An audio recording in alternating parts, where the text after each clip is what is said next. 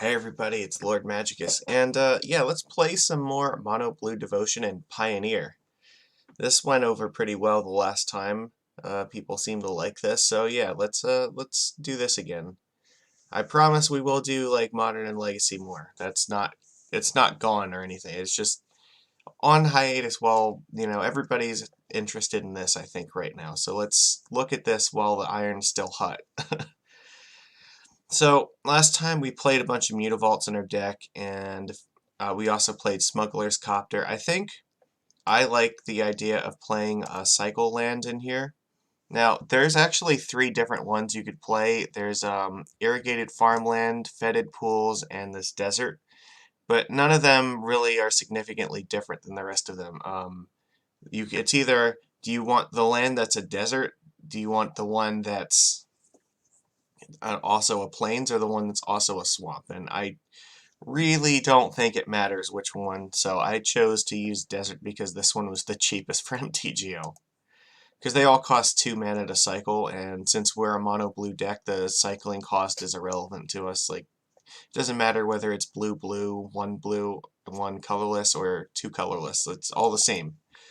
So, yeah, this is fine. We'll just do it like this. And we're only going to play 23 lands, I think.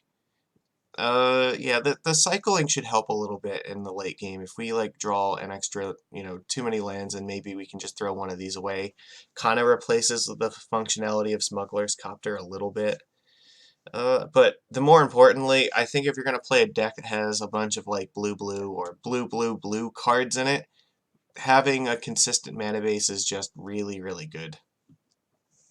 And yeah, Copter I think is also going to go away because I really wanted more hard counters in my deck last time, so I like this card, Hypnotic Sprite, because it's a counter spell that is really good against a lot of decks where it counters like Oko and Saheeli, and even stuff the removal spells like Fatal Push, or it counters Traverse the Elven Wilds, anything like that. It can counter it, and then afterwards come down as a 2/1 flyer for 2.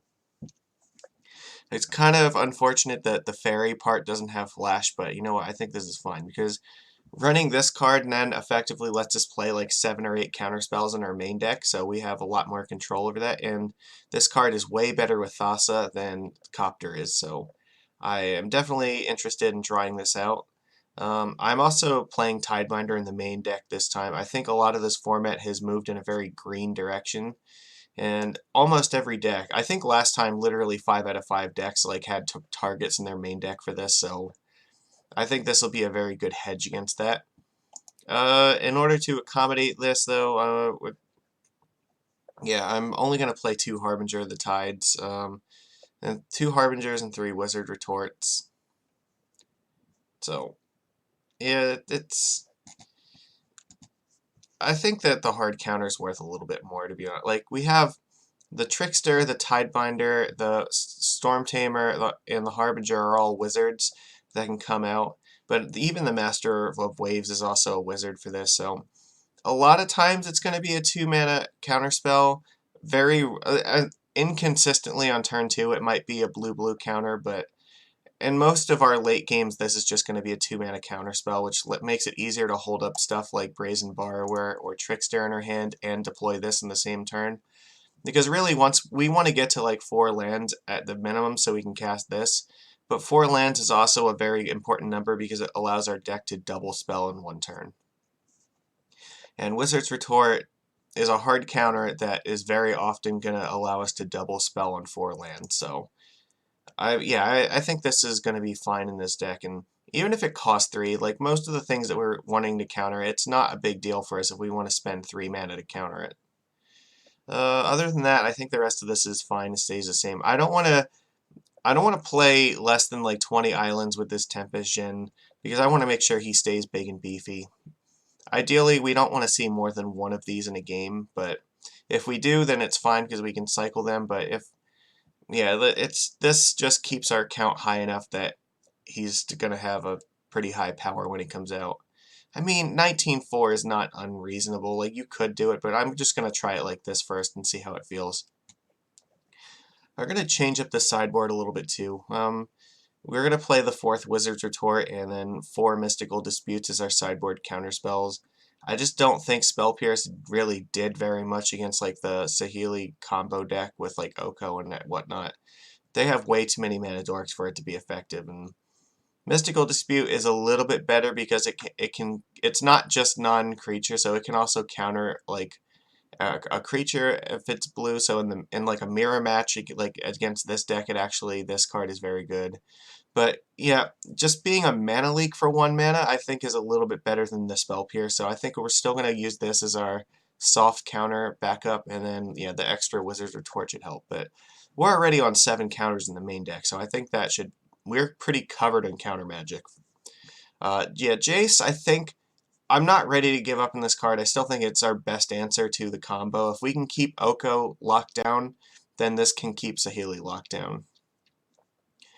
Yeah, and Phyrexian Revoker will also help us keep things like Oko locked down. However, this card's also very good against the mono-green Devotion decks where they're playing a bunch of like Llanowar Elves and other ramp spells. You can even name like Sylvan Caryatid with it.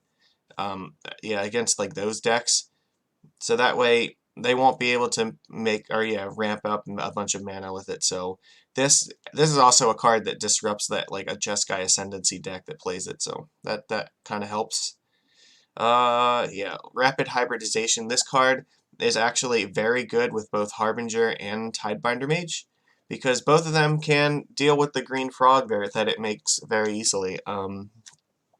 It's probably the single best card that we could have against Thing in the Ice, because you just let them flip Thing in the Ice, and with the trigger on the stack, you just turn it into a 3/3 frog, which then gets bounced by its own trigger. So their Thing in the Ice dies, and they don't even get to keep the frog. And most of our creatures are not that bad to redeploy anyway, so and they even have like enter the battlefield effects, or even if they like are bouncing Hypnotic Sprite, that's probably not bad for it. That's almost preferable, to be honest. So yeah, this card just obliterates Thing in the Ice, so we definitely want it for that. And even against like a lot of the other decks, like we could bring it in against CopyCat, though I think that we're going to have enough stuff against it probably.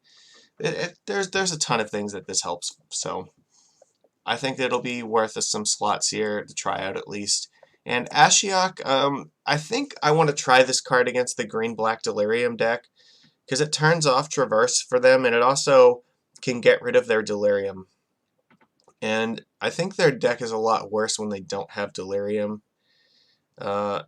It's not it's something they still have removal for, like they can Abrupt Decay or Assassin's Trophy it, but I think that it's still like it's Devotion that is worth playing. So it's Graveyard Hate that still enables things like Thassa and Master of Waves, and it's repeatable use, which is nice.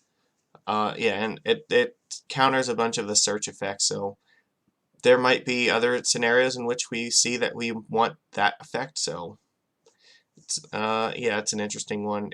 And one other deck, we haven't seen it, but I don't know how much it's being played. There is like an Aristocrats Rally the Ancestors combo deck. I think maybe this might disrupt that a little bit. I'm not sure. Yeah, I don't know exactly how that will work, but I think there could be other graveyard decks. Like, there's not a whole lot right now, but I think as a 2-of in the sideboard to just have a hedge card against that stuff, that's fine. I mean, we have a lot of things that we could put here. I think that overall we have a pretty well-rounded list for whatever nonsense we might come up against. So, and I mean, this is all still very much in testing anyway, so. Alright, let's just try it out. Yeah, I've spent like 9 minutes talking, so let's actually play a little bit. See how this does. I'm very hopeful for this. League.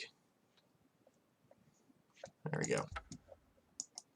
Yeah, come on, let's do this. Everybody loves Pioneer right now. Look at this, over 1,000 active players right now, that's great.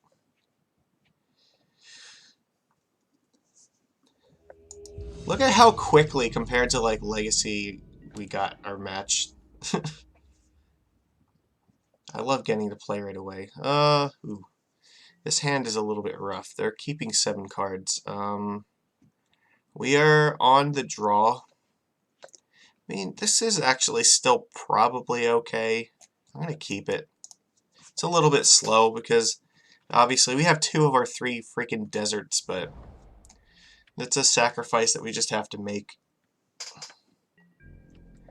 Well, Tempo of Plenty means this Tidebinder Mage is probably going to be good. Oh, beautiful. Maybe we'll just keep drawing islands and it'll be great.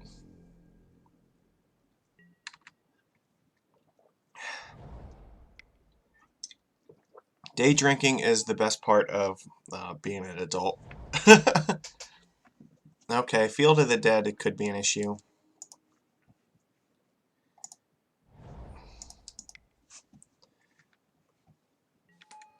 Pass.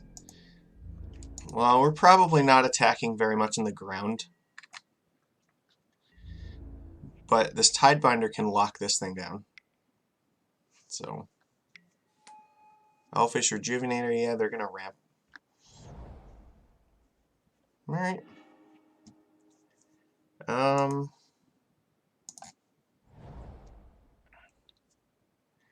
Let's see. Yeah, I think... Is that what I want to do here? If I Tidebinder this down, then this can probably safely attack next turn. I don't really want to be bouncing either of these things, so...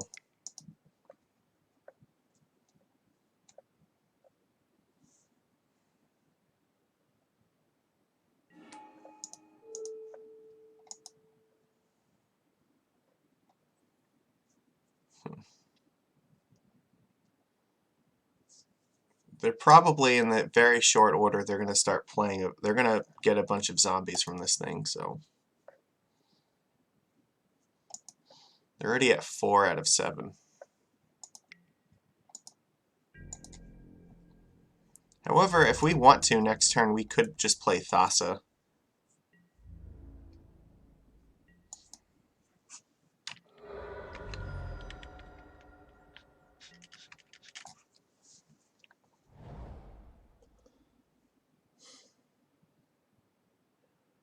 Alright. Oh, that's not good. Alright. Yeah, this Tempesion's not going to look very good with 2 freaking deserts here. I guess let's just play Thassa. We can start scrying some islands to the top so we can deploy our things better. Alright, well this deck has Supreme Verdict in it, so that's going to be not good for us. Yeah, Hour of Promise. That means they can start getting zombies in line. These are going to be a little bit harder to get in with now. However, Borrower can at least bounce one of the zombies, so that helps a little bit, I guess. They also use Verdict already, so maybe, hopefully they don't have more in hand right now, which means if we can get set up for like Master Waves, that would be nice. Okay.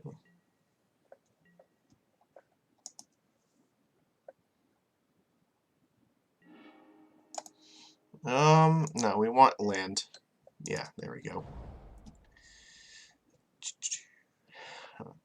So actually, if I play both of these right now, Thassa can attack for 5. And then we can attack with Thassa next turn unblockably too. I think I'm willing to do that.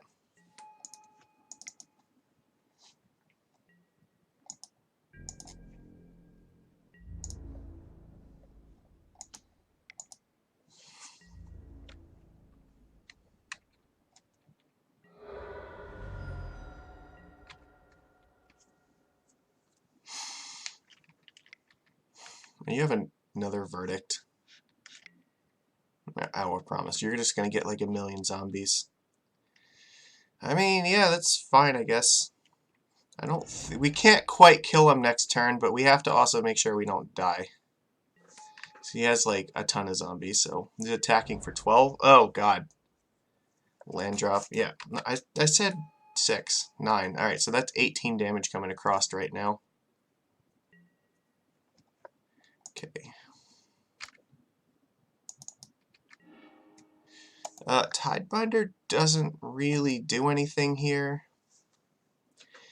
We could play Tidebinder, but I think what we really want is an island so we can play Tempest Djinn and also make this unblockable to attack. I'm going to put this in the bottom. That's actually, I think, okay. So it makes 1, 2, 3, 4, 5, 6.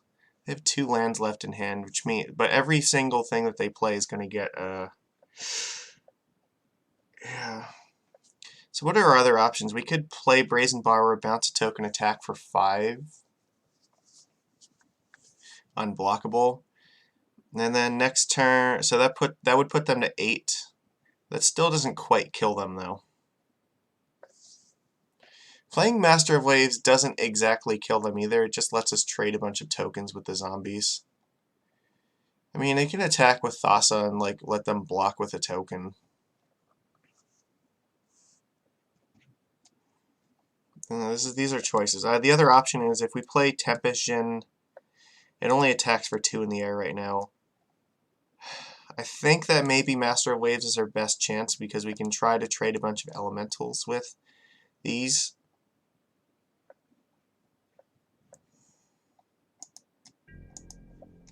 So let's attack with Thassa first. Right? I don't think there's any other I don't think making Thassa unblockable right now is actually going to do anything. Because them being at 8, there's no way we can actually win next turn then. If we had drawn a land, then we definitely had options for that, but let's just try to take a zombie off the field. Yeah. All right.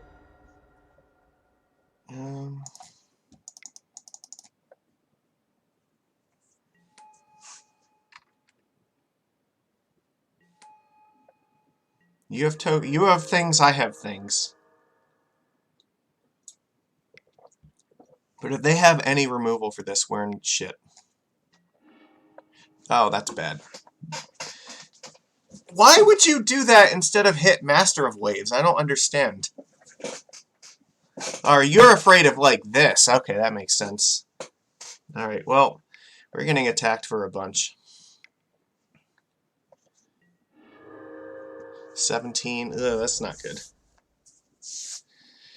Yeah, I think we're gonna lose this. Like, they just had too much.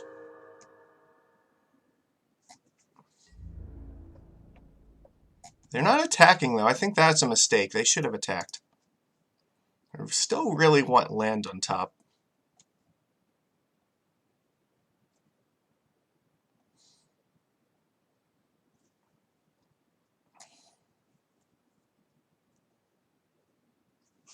I don't know why they didn't attack. Oh, fuck. Do we want another Master of Waves?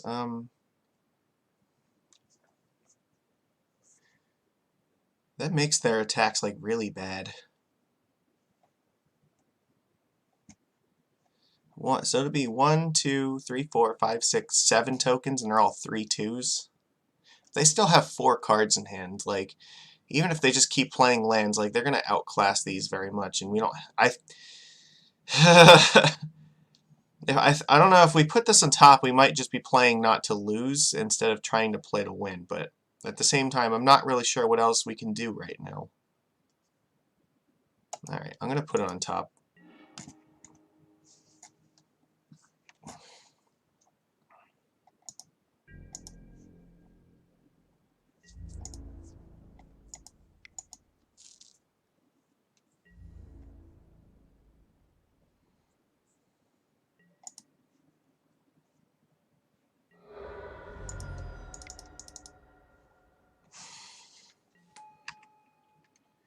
Alright.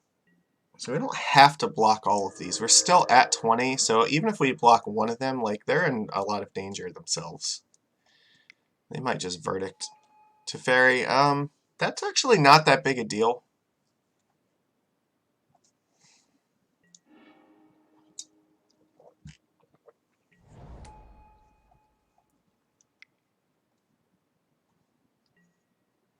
Ah, oh my God, we're like getting this is in very dangerous. Like we're gonna lose territory.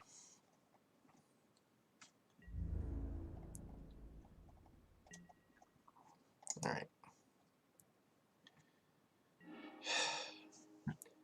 Harbinger of the Tides. Definitely not that one. Okay, so here's the thing. If we play Master Waves again, we get like 7 more tokens.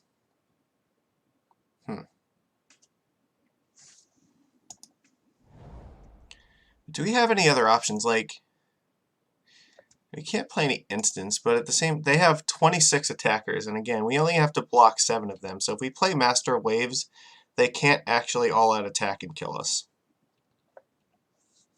Because then they risk dying to our board, too. I don't like them having this Teferi, though. It doesn't actually do anything next turn. It needs to be on 3, so I don't have to kill it right now.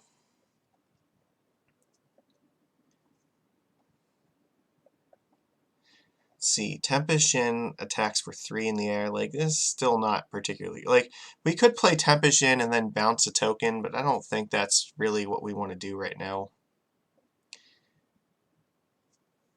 I mean, we could also bounce something, play Brazen Borrower, and start getting in the air.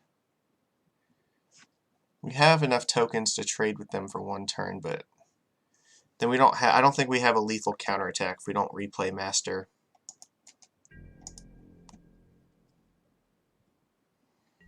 I'm not sure why they chose to bounce Master of Waves. That didn't seem like a terribly good plan. Because I still have this one out keeping them alive.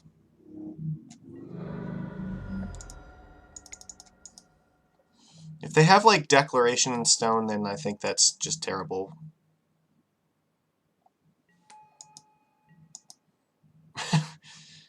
Alright, well, I don't think this is very dangerous, but at the same time, like, this is as much as we could really do. They can Verdict in our turn. That's not good. And we can't do, like, there's nothing we can do to play around it either.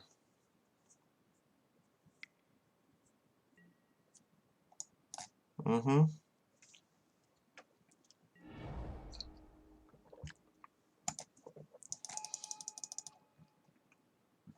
So they just made, like, 6 tokens.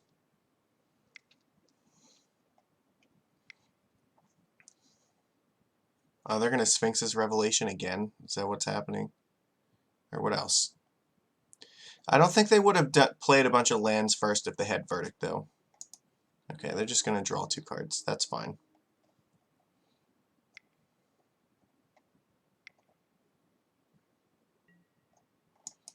Okay, I guess they're going to get 3 more tokens. We're still very close to just being able to push past this all. Alright. Oh no, it's 2 lands, so they get 6 more. Damn it, so they have 12 blockers now. Still not willing to attack, though.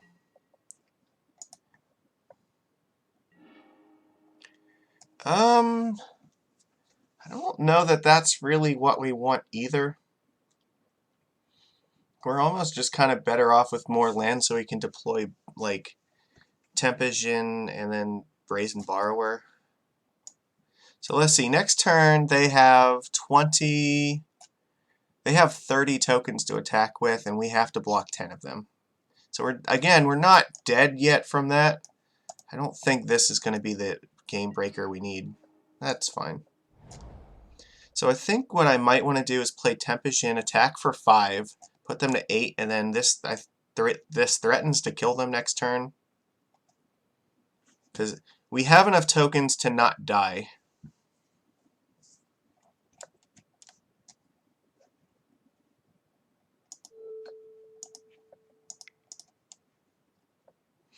And again, Teferi can't bounce anything. But they still have 3 cards in hand, and like there's a lot of draws they can have that get like another Sphinx's Revelation and we just lose. Like another Verdict probably kills us.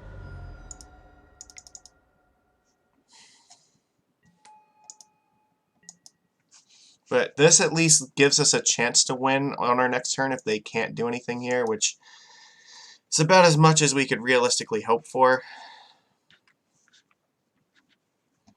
We're at the point where we're just throwing away enough stuff on our board to not die and hope that that's good enough.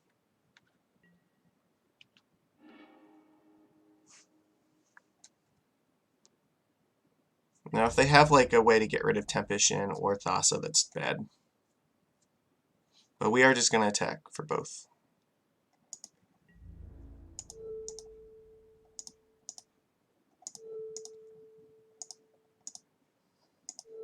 Let's trade off as many of these tokens as we can to not die.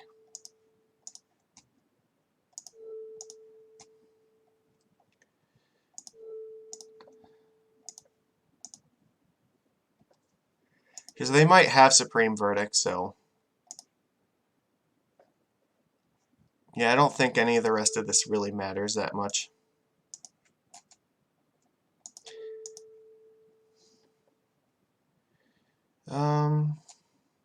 I guess I could keep one elemental back here. The elemental is an extra creature that has 3 attack. So if they only have 1 removal spell, then this might be enough.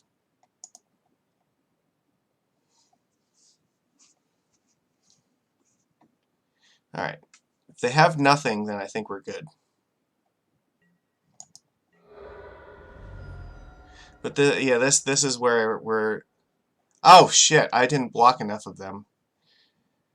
Oh, what? Oh, there were 16 left. Okay, well, I don't think we had enough blockers in that case, so... alright, never mind. I just didn't count them correctly. I guess it didn't matter then. Well, shit, how do we deal with this? Ashiok seems really good. Flying seems very strong. Wizard's Retort seems pretty strong. Tidebinder Mage is sort of okay. Trickster is actually not very good.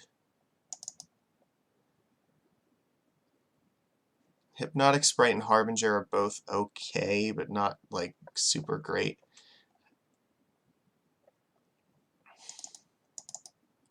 Harbinger could theoretically come out.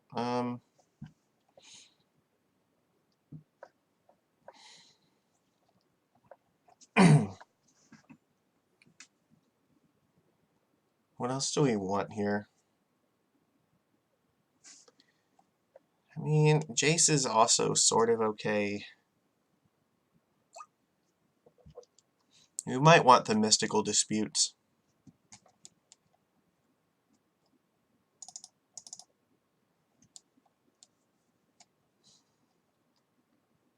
It counters Jace. Or, I'm sorry, it counters Teferi and Sphinx's Revelation. Maybe these are not what we want against a ramp deck, though. Yeah, that's tough. We could want this. This might be okay. I don't know. Like that just doesn't. It doesn't seem that amazing. I guess maybe like. I don't think that we have a lot of good options. I can just keep the Tricksters just to have more aggro. Alright, whatever. Well, I tried. Damn it, I probably should have just blocked more tokens and maybe we had a chance. Like, I just didn't count right. There's too many tokens on the screen. This is not very good. I don't think we're getting there with this. This is better. Alright,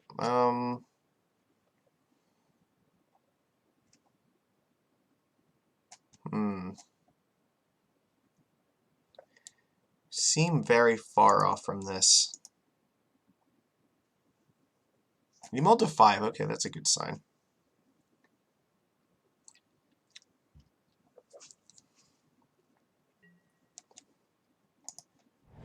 Guess I'm just going to play Storm Tamer and hope that draw lands.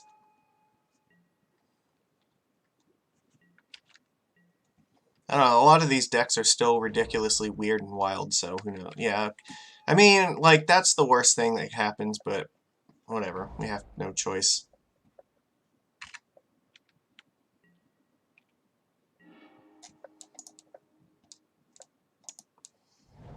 Pass. There's no point in attacking into it because it can block.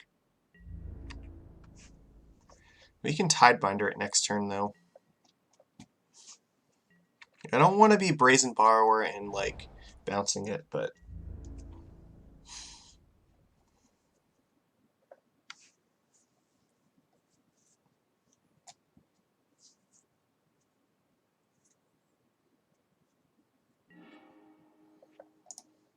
They don't have any more lands. That's a good sign.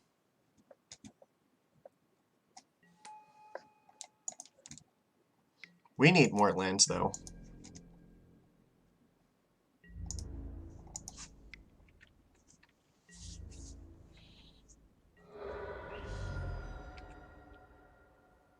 So it's actually kind of good because them not having a land drop means this basically didn't do anything. You have Teferi. Alright. You can bounce Tidebinder if you want. I'll just kill Teferi. Like, it doesn't seem very good because I'm just going to replay it and kill this thing.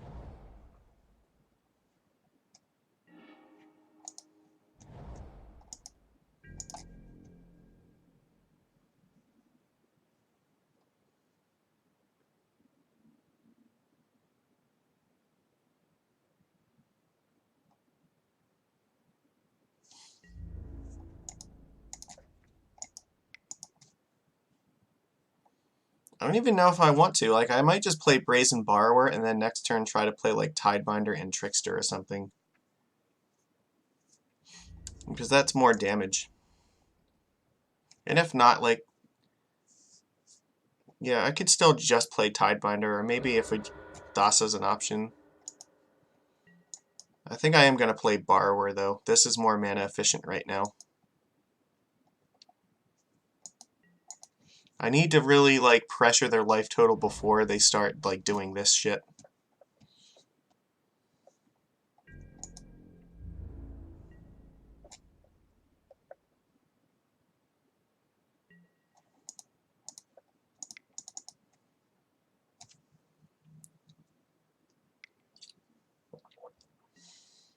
Okay.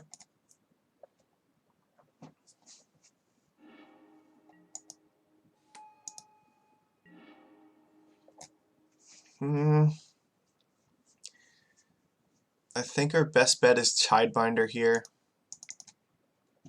And that lets us hold this up to protect Borrower. Or even protect this.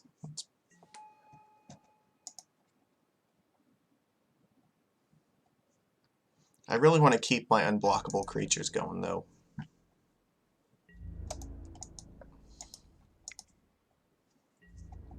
I mean, we're definitely running into the threat of Supreme Verdict at some point.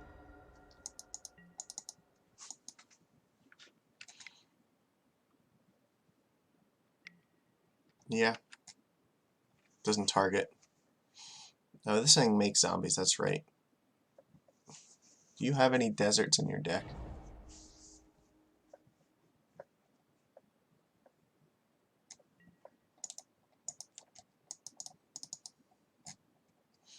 Alright, well, we are not attacking on the battlefield very much longer. So I think it might be time for Thassa to make her appearance.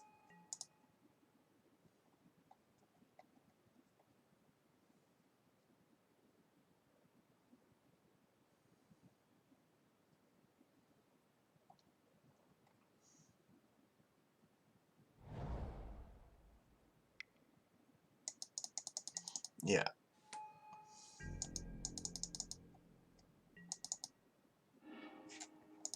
That's good.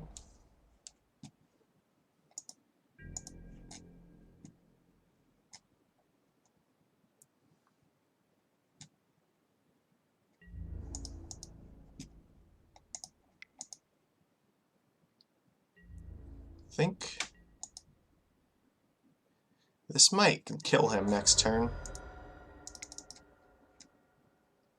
It's at 7, 10, 11. So we have 11 unblockable on the board. So he has to, like, actually do something now or he dies.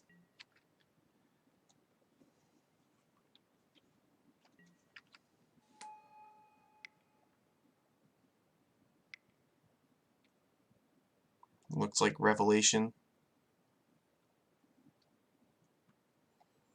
Yeah, we have not drawn a single counterspell, and we have like 10 of them in the deck or some shit like that. Walking Ballista, that's also bad.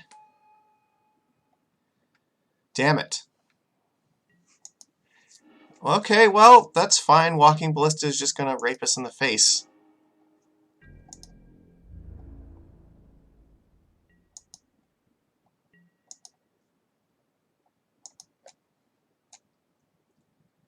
Yeah, I don't think we can beat this. This is just gonna ruin us. This was a turn too late. Like, if we had this last turn, then I think we could have beat this, but now he's just gonna untap. He can put 2 counters in Ballista.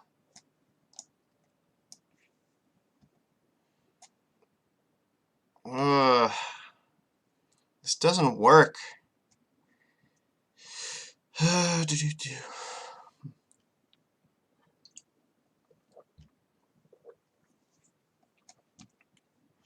Because I need Thassa to be unblockable, but like, alright. No, I don't think that works. I don't think that works either. I think we just have to play like Tidebinder Mage. Make Thassa unblockable, attack for 5, and he can kill one of these.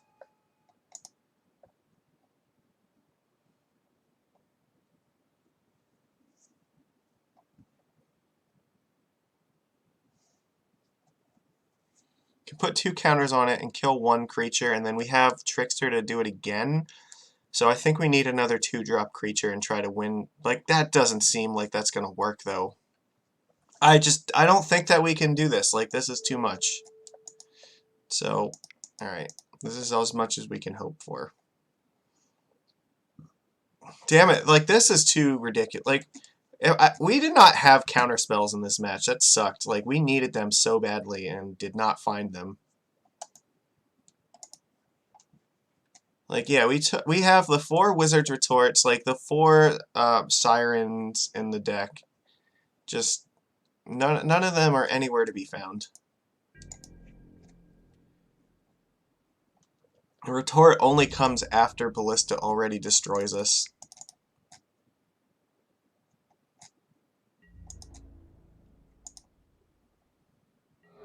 Like, this just isn't winning.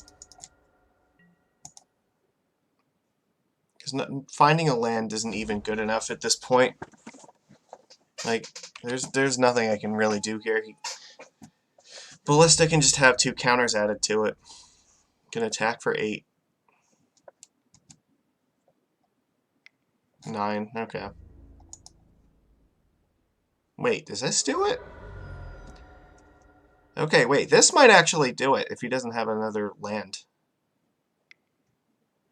So if he just kills off this, we could find a 2-drop and then bounce this and then attack for 7. Alright, we have a chance. I think this was a little bit greedy on his part and he just gave us a... Alright, never mind. Okay, well, you know what? This is still a game now. We still have the possibility of a game, so... Siren Storm Tamer is actually good because we can play it with Brazen Borrower. Yeah, let's put this on top. This, and then Borrower, and then next turn we can play Trickster. Or we might play, yeah, I think we're going to probably do it like this. Because these 2 will let Thassa be able to attack, and I think we should be able to do this and have it unblockable. So he has no cards in hand, so I think our opponent just punted this game. I don't think that was the correct line. They have to actually top deck something now that matters. Yeah, he's casting Detention Sphere. I guess, is he going to cast it on Thassa? Because I guess it doesn't matter too much if he casts it on Thassa. Or is he thinking if he wants to hit Storm Tamer with it?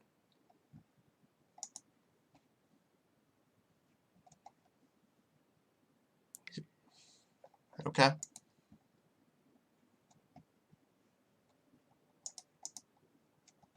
Oh, what's happening? Is this lag?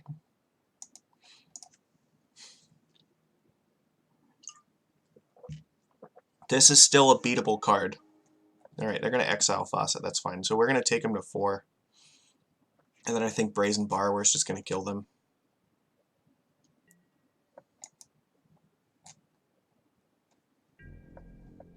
Ooh, you know what? Well, no, we could actually bounce Detention Sphere in the end step. Do we have enough devotion then? So if we bounce this, then that's 2. Thassa would have to scry something. I think that might just be the safest line though, because we still can't win in 1 turn anyway. But here, this actually does give us a chance to just kill them. So we bounce Detention Sphere back to their hand. Then Thassa's in play. So what do we need here? If we find another land, then we can play Trickster, Borrower, attack for 6, and they're dead. And even if they don't, we can still just threaten to cast Borrower if they cast Detention Sphere again. You know what? I think this line gives us a chance to win, and I'm not really worried about Detention Sphere with this. So I'm going to go for this one.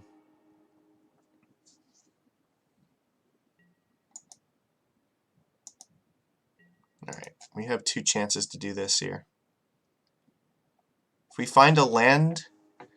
actually, no, that does it too, right? Because we can play Trickster, Tidebinder, and then attack for that. Alright, top.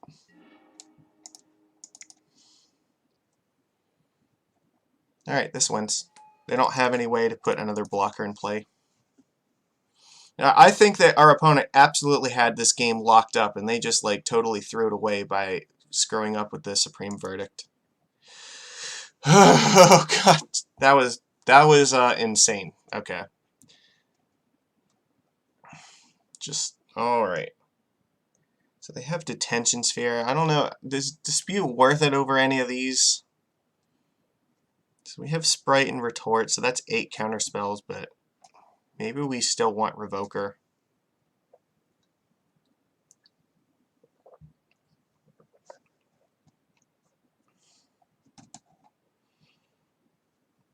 This Ashiok was probably fine.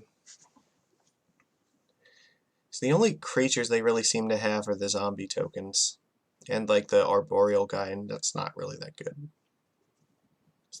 Yeah, I think we probably just keep it like that. Alright, so that game was a gift. So we're going to take this gift and thank our opponent for it, because I don't think that they played it right.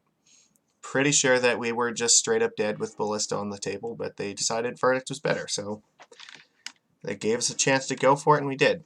This hand looks okay, I think. So we have at least 2 looks here to find more lands. I mean, it's not perfect by any means, so that's actually a very good card. But we still need to find a 3rd land, because if we don't find 3 lands, then this hand's not going to do anything.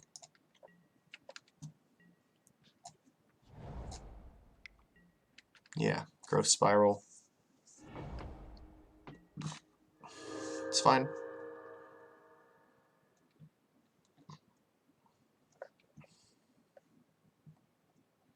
We'll just hold up Trickster, most likely. And then, so that's actually tough. Do we hold up Trickster, or do we hold up or do we play like Tidebinder Mage? Because ideally, I would like to be able to, alright, well, I think, yeah, we're going to play Tidebinder first, because now we have another one. I absolutely have to find a 3rd land, because that's terrible. We're not going to win without it. So next turn has to be another island. So that way we can hold this up and also deploy Trickster if they don't do anything. Alright. That was also, you know, reasonably okay. They do have a desert now. Yeah, this isn't going to counter Hour of Promise, though. Oh, no! I don't want that. Damn it, we are getting fucking mana screwed here. Even Tempest Djinn would have been really good this turn.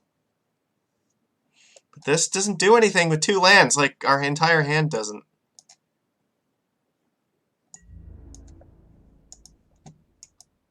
We have 23, like, that's not an insignificant number, but I don't know what it is that, like, why our deck hates us so much, because now they're just going to play Hour of Promise. That's fine. I mean, we couldn't have countered this anyway. He doesn't control 3 or more deserts, but he is definitely getting at least, like, a zombie token out of this. So he is going to have 7 lands. No, he's getting 2 zombies, so...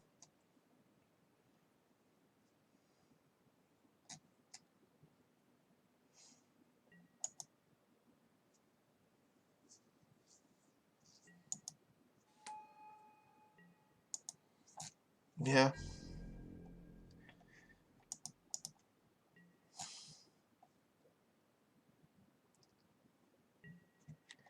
I guess we're just... How do we... yeah, this is rough. Could bet, like... If we play Merfolk Trickster, and then maybe next turn we'll do that, but...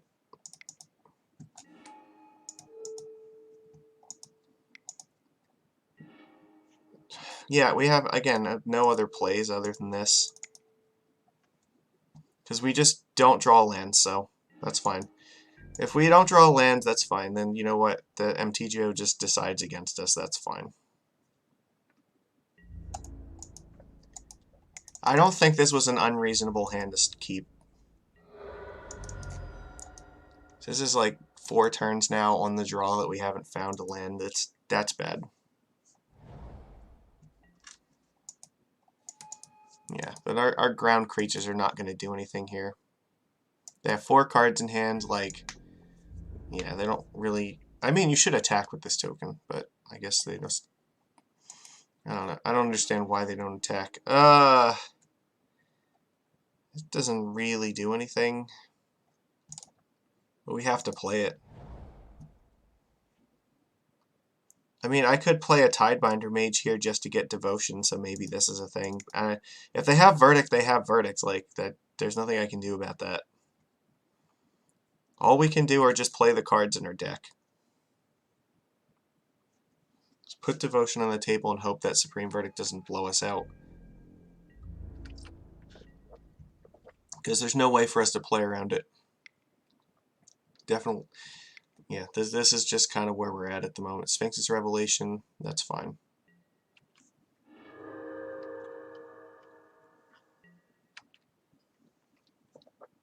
I mean, even the Mystical Dispute wouldn't have been very good, because it's not like we would have been able to counter the Hour of Promise.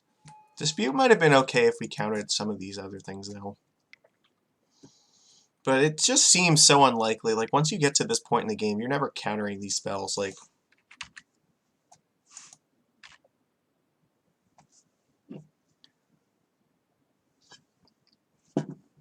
It's rough. There's a lot of ramp at the moment.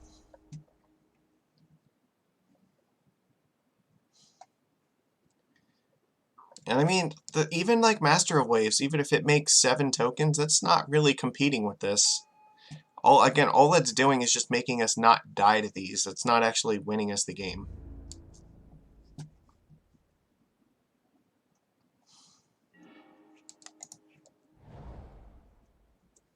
We still have 6 cards in hand? Jesus. So, options, we could play Tempest Djinn. We could play Thassa. Or we could hold up Sprite and then play Borrower at end of turn. I kind of like that plan the most. We're just going to have to take a hit off of these.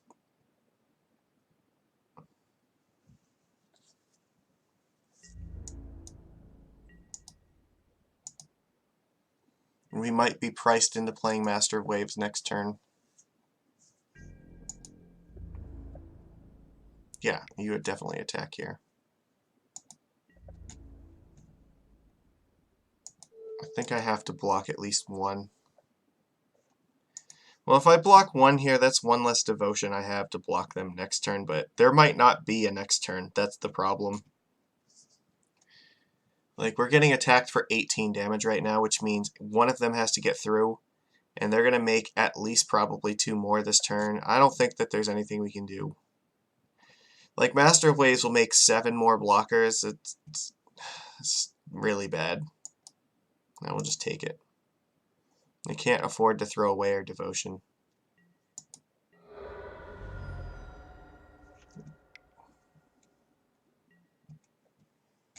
I can't counter that either.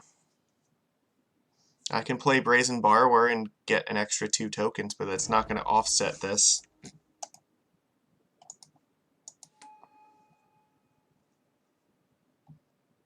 This is just losing. Yeah. Alright, we're done. Like, we can't beat that. That's too much. It's ridiculous. Ugh, fuck. I don't think we have like very good matches against the ramp deck like that. It's Field of the Dead is just absolutely insane. And they didn't even play like, you know, the other cards that were like that in the standard version of this deck. They just, I don't know, like, how do we beat Field of the Dead? I'm not sure if they have a good plan against it. Because they were playing things like Teferi, which turns off like the interactive part of our deck, and our ground creatures do absolutely nothing against them. Yeah, they have Walking Ballista, which once it lands, it just completely annihilates us. They can turn off our Devotion, you know, have verdicts and stuff. I don't know how we beat that. Like, anything that we have an answer for, they have like an answer to the answer. So that's just tough. We only won because they misplayed. Alright, well, let's try to go forward. We're on the play. Let's do it. This hand looks fine. We're going to keep. We might just play this in turn 3. You know, there's a very good chance I might just decide fuck it and play 23 islands instead if this keeps happening. If these keep screwing with our curve, then maybe 23 islands is just okay. Temple of Deceit. Okay. So this might be like Grixis control.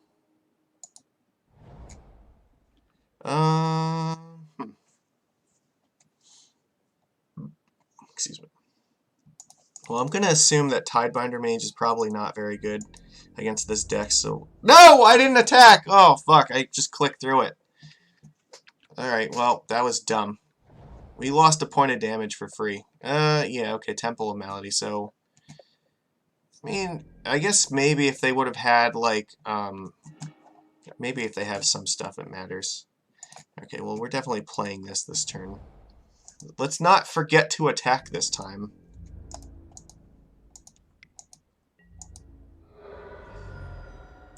We'll play Trickster at the end of their turn and then try to curve into Master of Waves.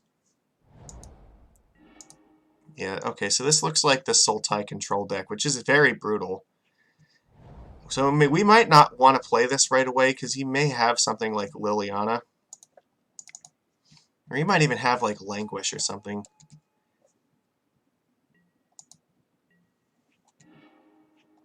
This is actually a good draw, I think. I'd rather play this turn. He should have been at 16. I don't know if it's going to matter, but... Fatal Push, I'm assuming? No, Assassin's Trophy or Abrupt Decay. One of the two. Yeah, I can't counter it. That's fine. Alright, still going to play Thassa. Because we got to get our Scry on. If we draw a land, that would be ideal, because then we can play Master, and we'll have enough Devotion to keep that alive. Pieces of the puzzle. Okay, so they need lands. So what do they reveal? So they're probably going to take 2 lands. Oh, Nexus of Fate? Yeah, that makes sense. They had Field of the Dead in their hand. Okay, so they didn't need lands. Okay, so this is like... I'm assuming they're playing like Wilderness Reclamation in their deck.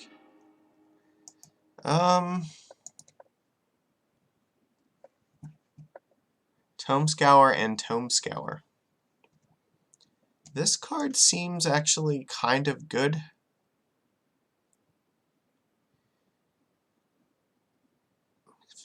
I'm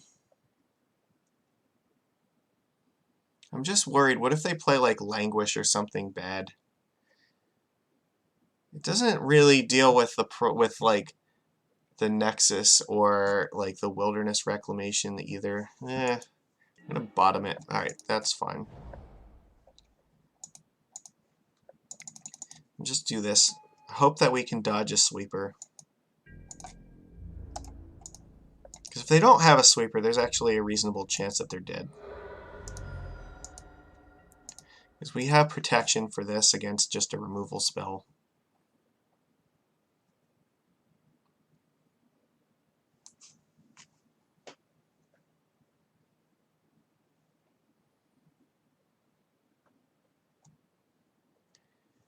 Alright, are you dead? That's the question. Alright, cool. That was enough to kill them. Excellent.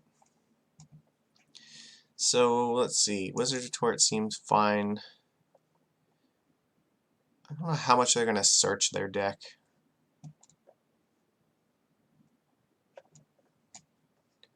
Like, Harbinger doesn't seem terribly good, neither. Like, Tidebinder could be if they're going to play something like Tireless Tracker. I think we probably want Mystical Disputes, because they counter the Nexus. Cut some Tidebinders, I think. I mean, we're going to be a little bit low on the wizard count, but yeah, so what? Trickster is just, I think being able to play Trickster at flash speed is just fine, and borrow, I don't want to cut the rest of these cards, they seem fine, so we'll go a little bit lower on 2-drops in favor of playing some more interactive stuff for a late game.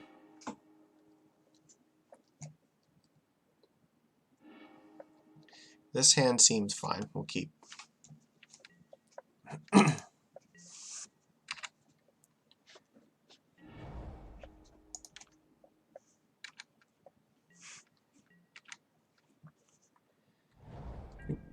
Okay, nothing. Good. Well, again, we'll pass here, because then if they don't do anything, we'll play Trickster, and if they... you know what? That's fine. You could have countered that, but I don't think it's worth it just yet.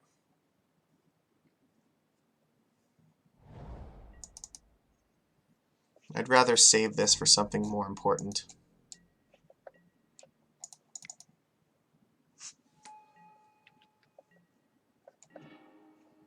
That's good.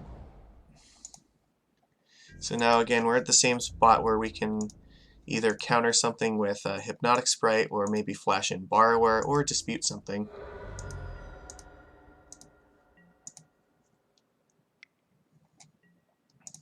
Okay.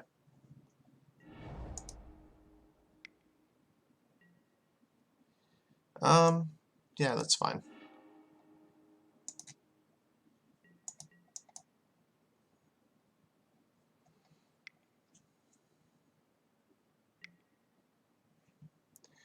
I think that's probably worth countering.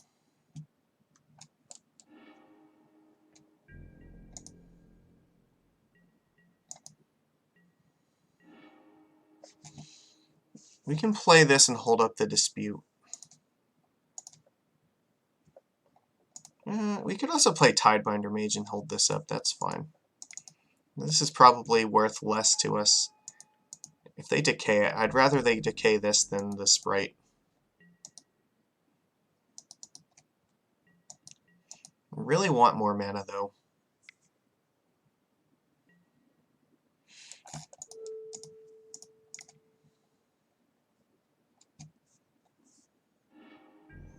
I don't want to let them dig for what they need. That's good. That was a really good draw that turn. Alright, let's cast this and let them think that they're safe again.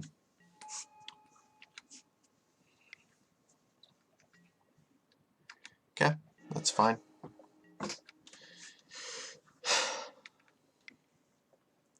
Are you gonna go for this again?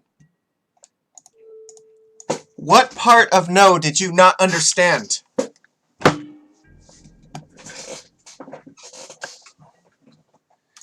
These are 2-for-1s, and they're very good 2-for-1s. I'm not really interested in letting them do that, so.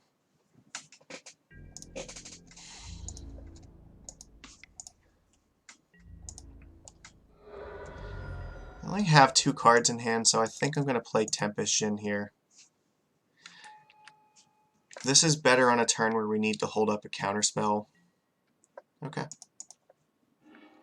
So let's see, 1 card in hand, so it's obviously not a land, so maybe it's like a Nexus. Well, that's fine.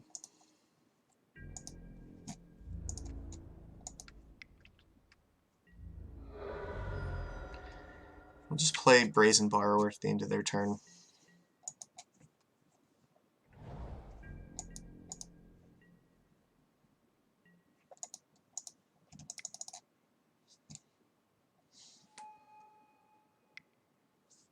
Yeah, more removal. That's okay. Okay, so then they might have... So, yeah, they probably drew the land, and then this was one of the other cards left, so... Again, same spot here. We'll probably just play 2 Tricksters at the end of their turn.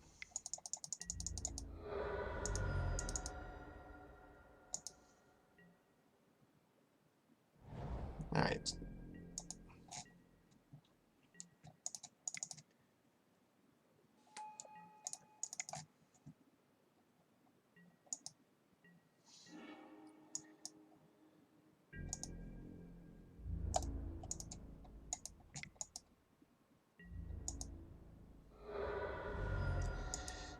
I'm not going to play the Siren Storm Tamer. I don't think it's worth it at the moment. Because if they, like, languish the board, that's fine. I'll just flash this in. Are they dead? Like, no, Field of the Dead. Okay, that's fine. They have a zombie, but that's not actually good enough. Splendid Reclamation, okay. They have like 1,000,000 zombies. No, they only have 1 zombie. Or no, that's... So, they have no cards left in hand, so I just cast this and they lose. That's the game, okay. So they were, yeah, they were just like on like a Nexus Reclamation kind of plan. Except not Wilderness Reclamation, it was a Splendid Reclamation. That's interesting. So really, I guess their plan is like they just want to play stuff like pieces of the puzzle to just mill a bunch of lands into their graveyard and then try to win with Field of the Dead. Alright, that makes sense. I mean, yeah, we cleaned up pretty easily against them, though. Like, they're a blue deck, and they're playing a lot of blue cards instead of a lot of, like, green cards, so... Yeah, it turns out, like, the Dispute's much better against that deck than the first one that we played. And we're not bothered by 1-for-1 removal. Alright, well, we're in the draw. Let's see. Ozymandias. Alright, this hand is okay. We'll keep... There's actually a high chance that I might just play this in turn 1. I don't know if I want the Storm Tamer. Yeah, this probably... I think we're almost definitely going to play this. Alright, never mind. So this is fine. Play the Storm Tamer. If they want to remove it, that's okay, but we might just second turn Brazen Borrower and bounce this. Then turn 3, we can just Tidebinder Mage it after they replay it. Not going to block. Surely you have something else to do. Okay.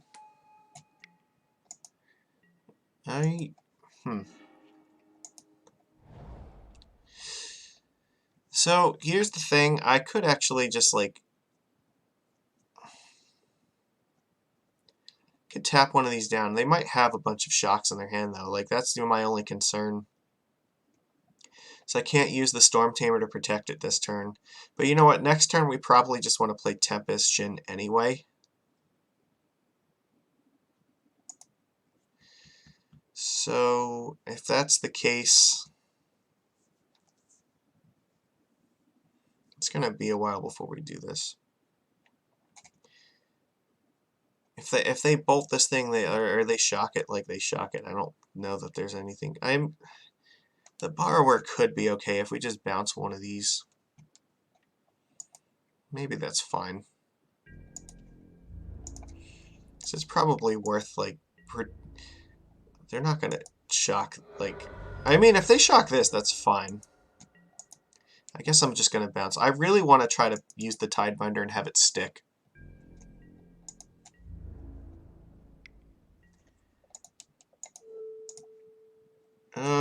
Actually, I'm going to bounce one of these just in case they, like, have 2 shocks or something.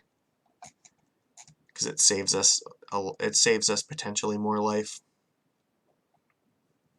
It's a little bit worse because it can get haste. But I'm assuming they're just going to replay it this turn. Yeah, okay. Alright.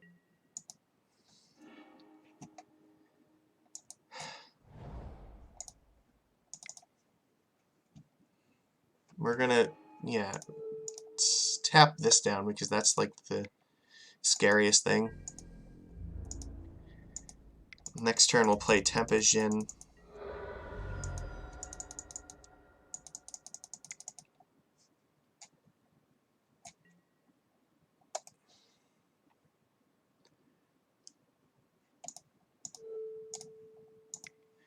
Yeah, I want to counter that.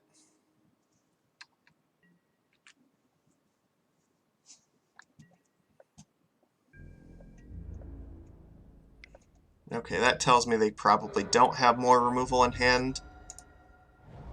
And this actually might just kill them straight up, but let's do, I think, this first. Because then when we, like, I think we can afford to wait one more turn because this will just nut crush them if this lives this turn. And they can't do this yet, so I'm happy to do this next turn.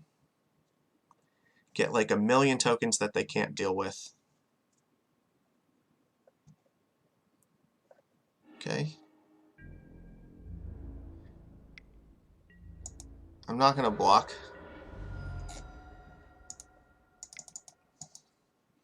Yeah, like they're never attacking us again.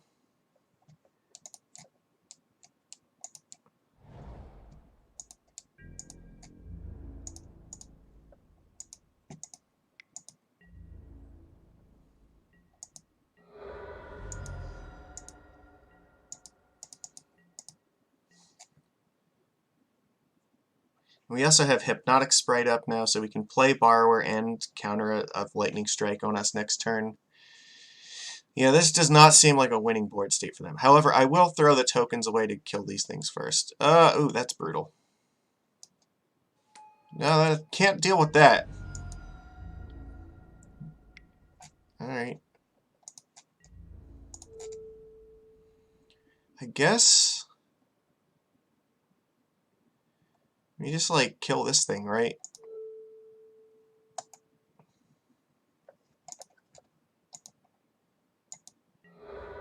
Alright, that was probably the best thing they could have done that turn.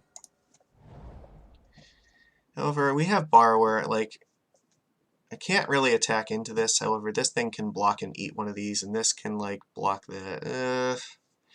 It's not where I really want to be, but that's fine. I'm fine trading Borrower with a creature here. I might even take a hit from the Chain Whirler.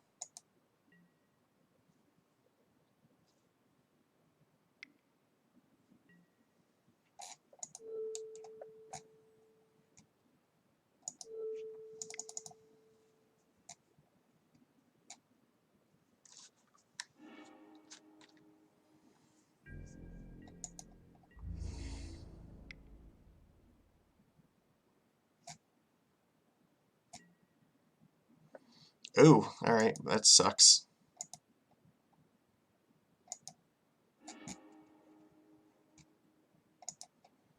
So we're at 2. Alright, so we have to block. It doesn't actually matter what we do. Alright, we're dead. So even if we double block. Alright, so yeah, that was terrible. That was exactly what they needed to turn that around. So, alright. I still think this is a pretty good matchup, but like they fucking found it at the last second, which, yeah, it is what it is. Let's see. I don't really want to change very much. This Brazen Borrower is not as good. I think the rest of these are fine. Do we want, like, any of the rest of these? Hybridization could be okay.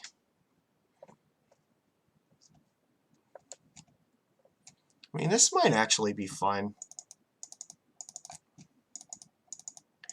Because if they, like, go to remove our creatures, we can always make them 3/3s instead, and that's actually pretty good. Or even killing Chain Whirler or something with that is not the worst.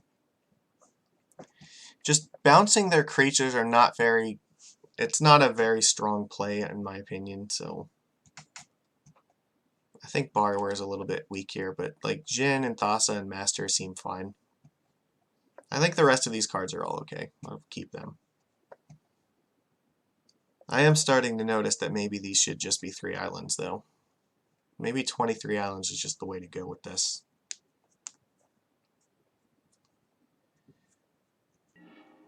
Okay, let's see what we're at. I would love to play first. This is okay. It's not perfect, but whatever.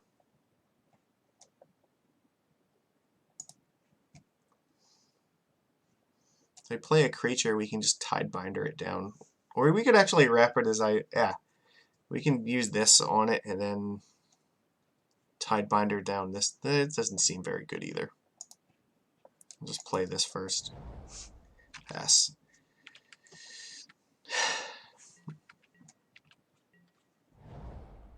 I think I'm just going to run this out.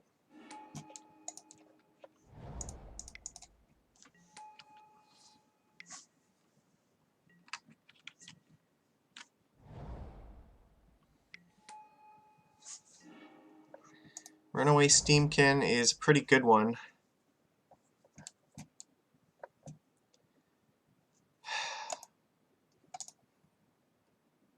I don't really want to play this Jin while this is on the table, though. That's kind of the problem. Actually, I should have attacked. That was a mistake. Because I'm not really intending to block with this thing this turn, so I should have definitely attacked. I really don't want to deal with that.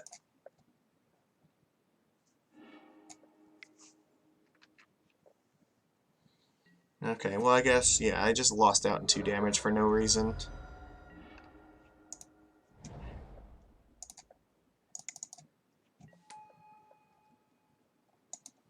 Well, now if they, like, go to Lightning Strike the Jin, I will just blow this thing up.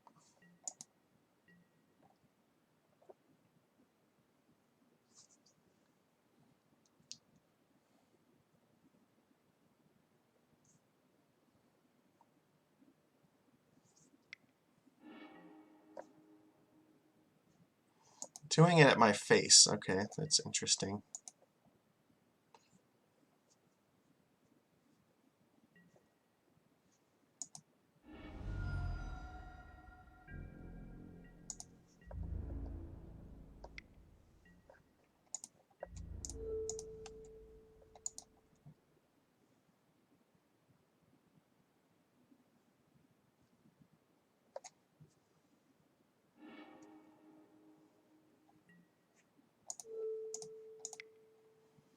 Surprise!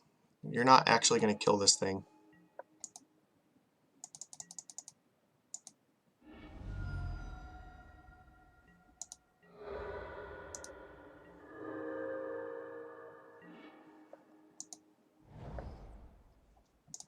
Let's play this.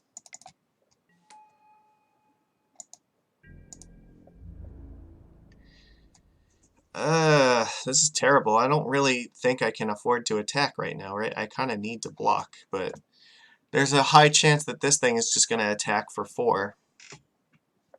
If I attack with the Jin, then that means I'm probably taking 7 damage. I don't think I can do that. It's not good. I need Master of Waves really badly right now.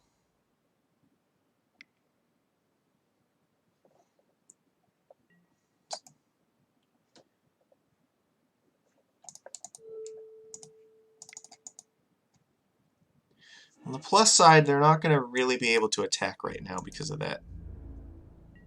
Yeah. Master. You are not Master of Waves.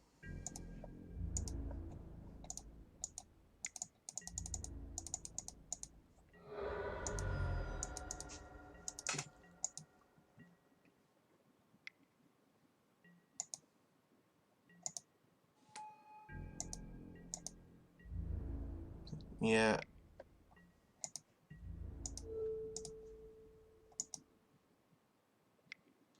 I mean, yeah, like, if you have it, you have it. Okay, Island is not going to really do it for us here. Alright, pass. Sprite has to try to block the Lava Runner. And, like, at this point, Master of Waves is probably not even good enough. I don't think I have a choice, like, I have to block this. Because if then I just died a Lightning Strike. Okay, so it was a land. We're kind of in the same scenario, so, like, this doesn't really matter.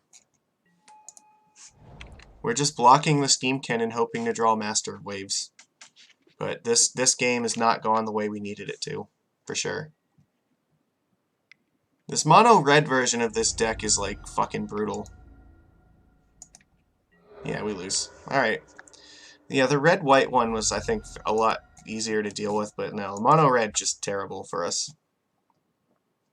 I don't think it's, you know what, I take that back. It's not terrible for us, it's just, we did not resolve Master of Waves and, like, protect it. Like, the first game that we played it, like, they had exactly Chain Whirler, which was the only thing I think that really helped them there, and we did not see Master of Waves at all in the second game, so I don't know what we do.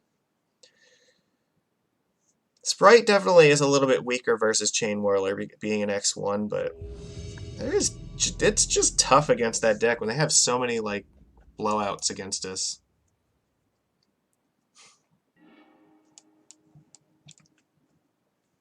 It's like mono Red Prowess from Modern, but let's focus on this game at least. Even like in Modern, mono Red Prowess is actually really good against like Merfolk, but whereas like Burn is a lot less good. The more creatures they have, the better it is. So, well, we're on the draw like this time. Like, I don't want to keep talking about the last match. I just want to move on and play this, but I don't know what's taking them so long to decide if they want to go first or not. All right. Yeah, this is okay. We'll keep.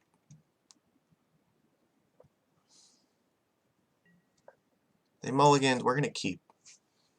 And hopefully this Tidebinder Mage will be good against them. But our plan is obviously we're just going to try to curve, you know, into Master and hope that that's good enough.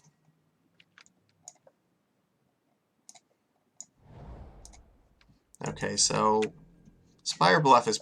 That's not what we need to draw. Why is it that we can never draw just, like, the right number of lands? It's always like we either draw, like, a bajillion lands or we only draw 2. That's... What are you doing to me? Where were you when I needed you before? And if we had Mutavaults in this deck, I guarantee 3 of these fucking lands would have been Mutavaults in our opening hand. Alright, yeah, you can, like, upgrade this if you want. This might be a thing in the ice deck.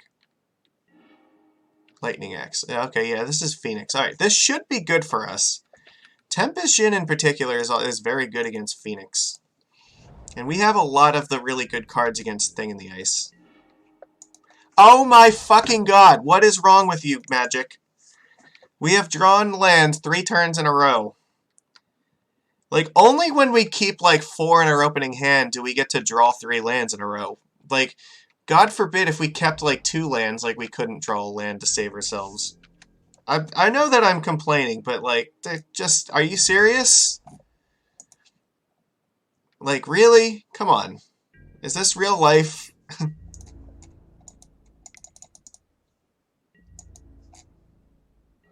I bet they really wish they kept this Lightning Axe for this guy. If this resolves, like, that's probably close to game over for them. Alright, that's very bad. There is not much they can do about this. Like, they are facing a lot of damage next turn. Like, their removal spells can't touch this. Most of them can't touch this. Alright, like, they did find another fucking lightning axe, though. That's a thing, I guess. But we still have 10 damage on board, so even though... I guess if we draw another Master Waves, like, they actually do just lose to that. They have one Phoenix in the graveyard, which is very pathetic against Master. I think we're gonna win despite MTGO trying its best to, like, shit on our hand. They discarded a Treasure Cruise, which is kind of neat. Alright. Let's play Storm Tamer, just, you know, to prevent against stupid blowouts.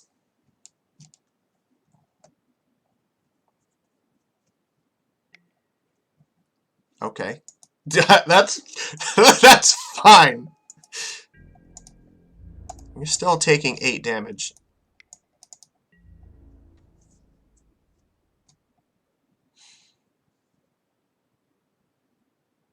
You have one card left in your hand. Like, how do you beat this? Like, do you even have anything that can get rid of this? I suspect that they probably don't. And definitely not, like, through Siren Storm Tamer and Merfolk Trickster.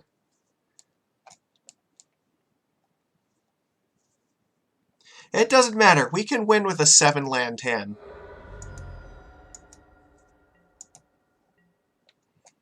Because now if they play a blocker, we can just Trickster it down and can kill them. And that will just be like lights out. Yeah, come on. You know that you're dead. Let's go to game 2. There is... I struggle to think how you are going to deal with this. Like, you don't know about this, so, like, you might be looking at, like, Thing in the Ice in your hand and thinking, well, does this save me for a turn? But no, it actually doesn't.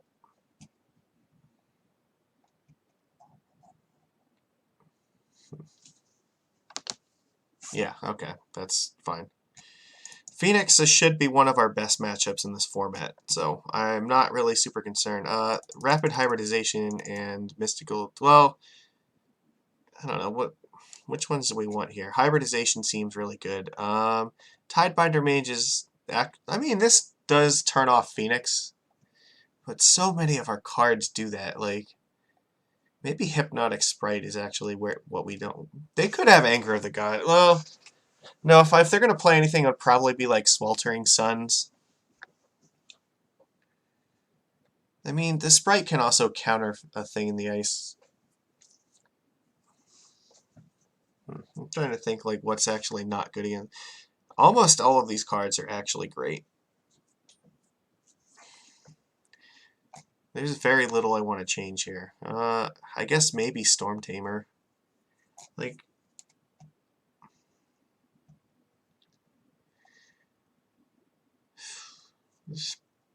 The Harbinger is good against Thing. Like, Mystical Dispute also seems really good against them as well. They're going to cast things like Treasure Cruise and Thing in the Ice. Maybe I'm going to take out Storm Tamer.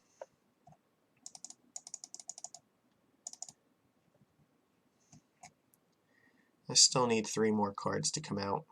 Yeah, it's tough. I guess Brazen Borrower is, like, sort of fine, but, like, it can bounce Thing in the Ice. Can take out, like, one of these and maybe 2 Tidebinders. Alright. We just have, like, so many good cards. I have no idea, like, which ones we want to take out for this, but these all seem great, honestly. Thing in the Ice is absolutely, like, this. Our deck is all, like, completely stacked against that card, so... The real question is, can we keep, like, Phoenix from just wrecking us? And I think if we can do that, we probably can beat them. I mean, even Ashiok exiling their graveyard with Phoenixes in it might be a good card, but I don't know if we need it or not. This format doesn't have, like, Faithless Looting to put, like, 2 Phoenixes in there in turn 1.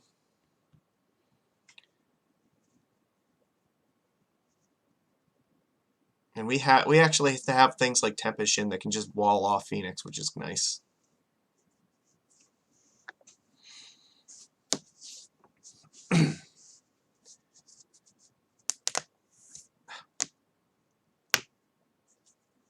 Yeah, don't crack your knuckles like that. That's bad. It's a bad habit. Okay. So here we're in a similar situation. We have 4 lands. We can counter a turn 2 thing in the ice if we want. Whatever, we're gonna keep it. They mulled to 6. Fuck it. Everybody knows that we're just gonna draw 3 lands in a row because that's how this works, but we're gonna keep it regardless. It's just how it's gonna be.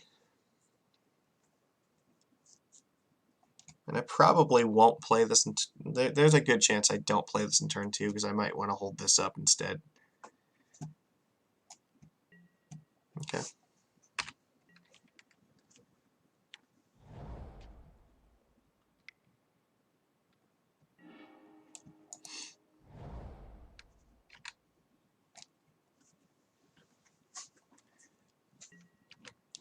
I think what we really want is for them to play Thing in this turn so we can just counter it. I mean, we don't actually need that many counter spells against them, to be honest. Yeah. Get that shit out of here.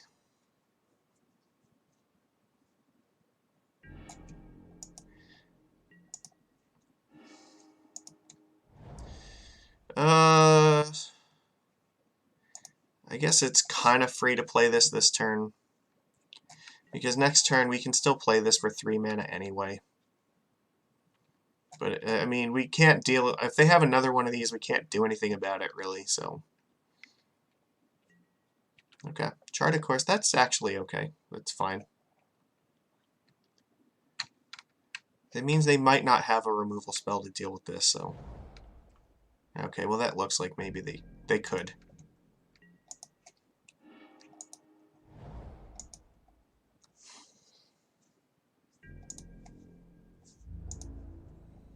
I think we can win this game by just playing patiently. I'm not in any particular rush to throw this Shin out there. We have a bunch of lands. We can wait until 5 mana if we want to play it.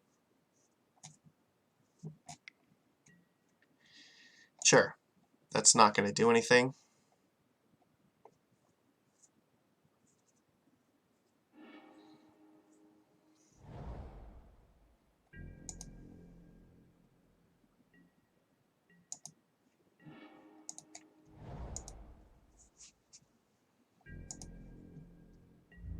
Yeah, I believe that as long as we keep Thing off the table and we can protect Jin, like, we have this game. It looks like they don't have, like, Wild Slash or anything. Oh, I guess they do, like, okay, that's fine. Sure. Not a big deal. I'm surprised you didn't do that earlier, but I guess you're concerned that we could do something like this and you wouldn't have an answer to it. But I'm not going to play this until I can do it and protect it in the same turn. Because this card is just absolutely devastating if we can resolve it. No. I think the chances that you're getting this back are very slim, so...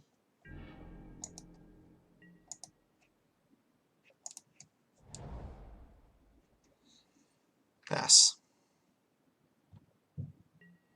So you have 3 cards in hand.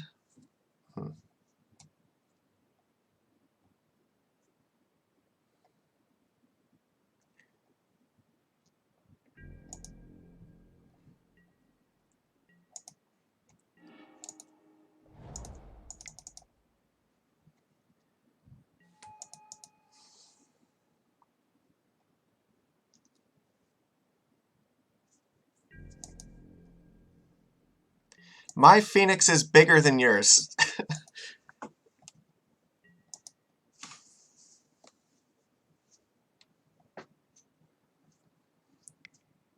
If you Lightning Axe it, I am definitely countering it. Because I knew that you had that in your hand, and I was not scared of that at all. Now, if you have another one, I'm going to be kind of upset. Look, alright, well, they might, so... They don't have another Phoenix, though, or otherwise they definitely would have discarded it. Is this Thing? Is it Charm? Okay. Alright, you're gonna combo that with Wild Slash now? Alright. So they were just holding a shit ton of removal spells, and now they're gonna get their Phoenix back. Alright, well, it's okay. We only flooded out with 8 lands anyway, so I'm sure that's fine. Why does this happen to me? Like, this is ridiculous. Come on, I want to play like a real game. Like, we tried. I'm drawing lands every turn, and apparently, like, they're drawing removal spells like crazy, because they had, like, Izzet Charm, Wild Slash, Lightning Axe, Izzet Charm, and another Wild Slash. Like, I could beat, like, half of those, but not more than that. Like, oh, fucking hell. Like, that's gonna kill us.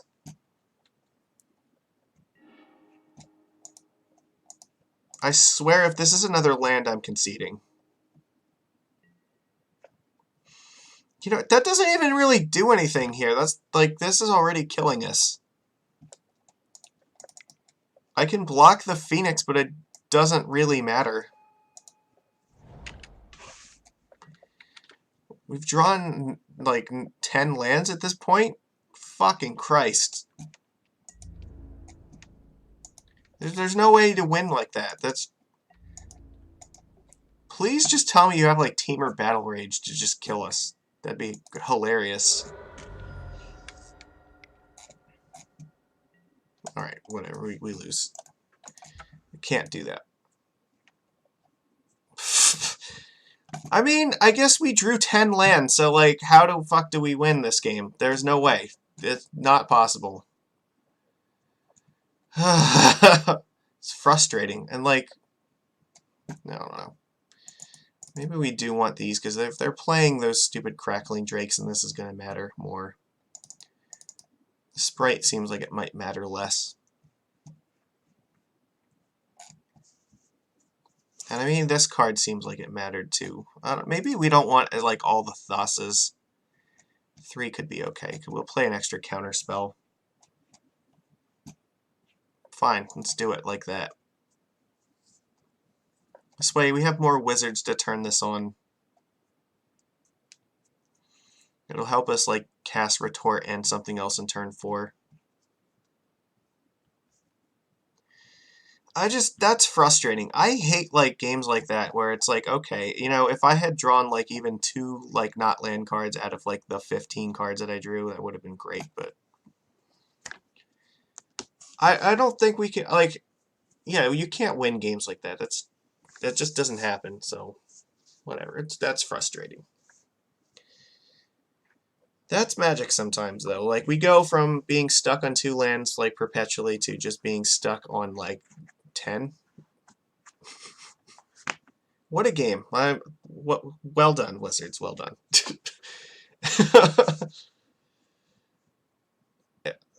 If we lose this match, I'm going to be so freaking nettled. This should be, like, one of the best matches for our deck. Like, almost every single one of our cards, like, does something devastating against them. Like, these just destroy Phoenix in combat, you know. These can bounce, like, the Thing in the Ice. Like, these can stop the Drakes and the Phoenixes. Like, the Tricksters and the Harbingers can stop the Thing in the Ice. This can deal with the Drakes and the Thing in the Ice. The Sprite can counter the Thing in the Ice. And it also blocks the Phoenix. The Master of Waves pushes through everything that's not Thing in the Ice. I don't know. I don't get it. Okay, this looks like sort of a real hand, so I guess we'll keep it. It protects us against, like, a turn 2 thing, so... We'll just play the Desert on turn 1. I mean, surely we're just going to draw, like, 5 more lands anyway, but we'll just play it, so... You know what? No, if we're going to draw 5 more lands, you know what? I'm not going to play it. I'm going to keep it and cycle it in turn 2. Fuck it. Everybody on this channel knows that's exactly what's going to happen. Like, you've watched this, like, that's how this goes. So we're going to play Island in turn 1, and then we'll play another Island in turn 2, and then cycle this bitch. And we'll draw the 4th land off of this. Watch. You see. That's going to be exactly what happens.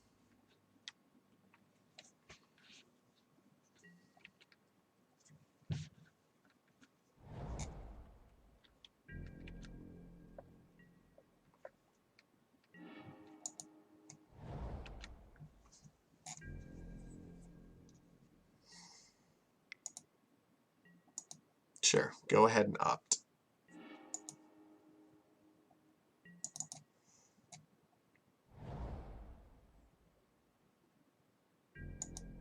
Ooh, they're not going to do it. That's neat.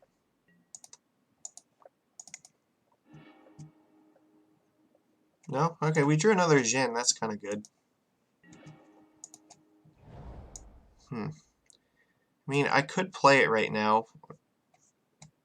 They might just like lightning strike it. That, you know what? If that's, or if they let lightning axe it, that's fine. We have more of these. I feel okay about this. They can't play the Drake next turn. Ooh, dispute. Okay, they have disputes of their own. Alright.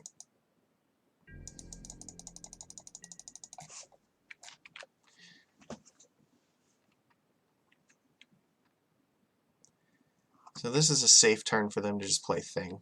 Chart, of course. Okay, that's actually good for us, because now if we can draw another land, then we can play Tempest Shin and protect it.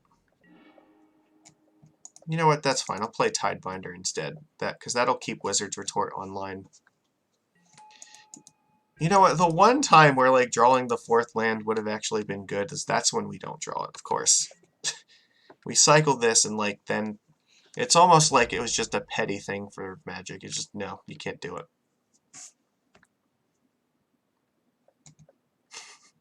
Whatever. I think this we can still like cast spells enough that it's fine. Okay. There's one Phoenix in the graveyard already.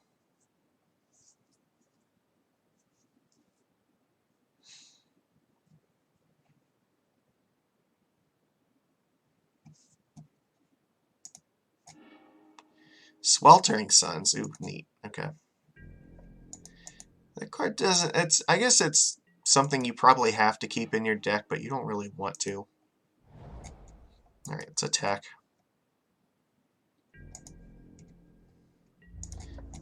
Now we can play Jin and, like, still dispute Crackling Drake next turn. Again, if they, like, Lava Axe this, or Lightning Strike this thing, that's fine. Oof. You know what? No. Fuck you. I want this thing.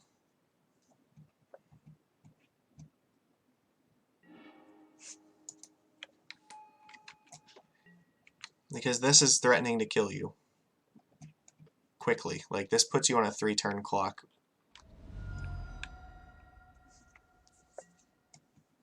Alright, yeah, you're digging for an answer to this. That's good for me, I guess. Fiery Temper. I mean, you could cast it if you want.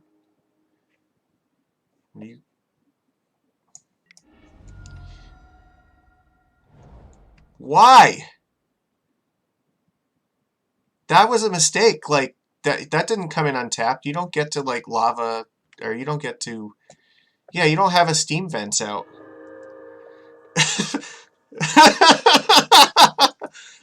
Thank you for your generous donation. Like, that could have even gone to, like, Tidebinder or my face and been relevant. There's no reason to really play Harbinger right now. I'm not going to tap out at this point. Like, I'm just going to hold up this Wizard's Retort for something important.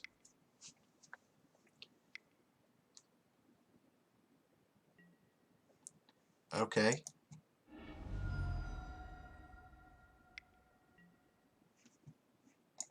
No.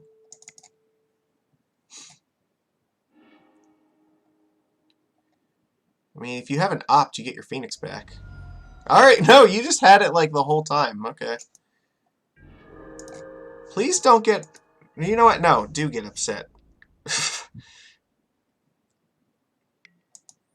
You think you're racing me? Okay, that's adorable. You are not.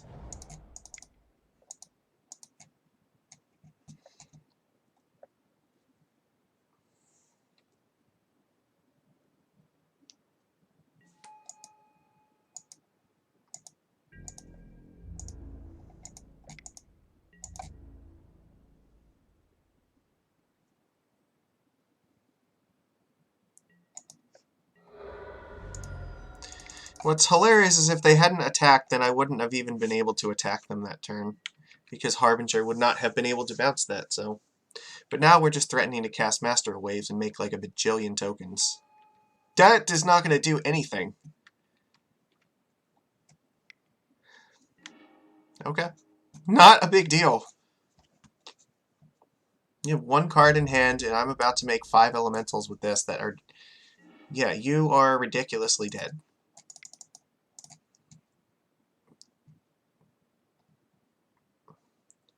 So despite its best efforts, yeah, that's right, concede it from the game. Good game, opponent. Despite MTGO's best efforts to, like, just make us die to flooding out, like, we managed to get there in Game 3. And, yeah,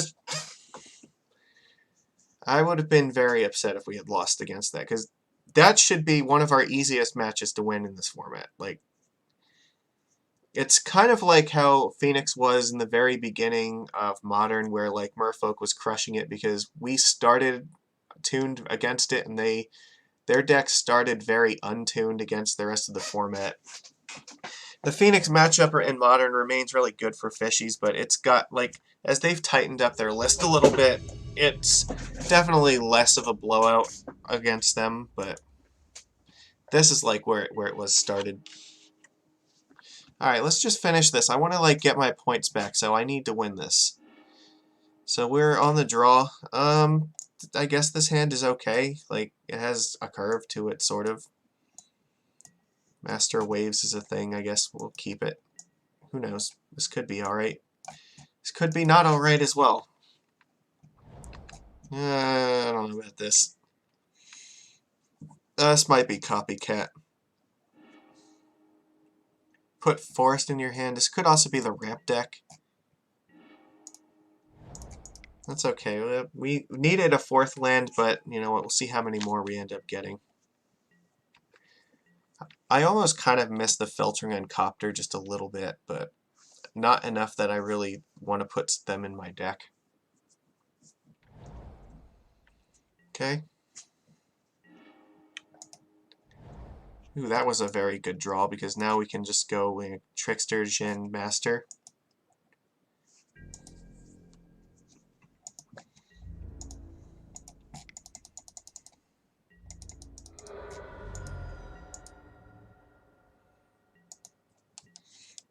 Still not really comfortable. Yeah, Aether Hub. Okay, so this feels like this is probably the... Yeah, I can't do anything about that. I mean, this could also be Aetherworks Marvel, maybe. Creature, land, or but I feel like it's probably the CopyCat deck. Alright, Trickster. We'll tap this down, we'll get in for some damage, play our Tempest Jin, and hopefully that'll be fine.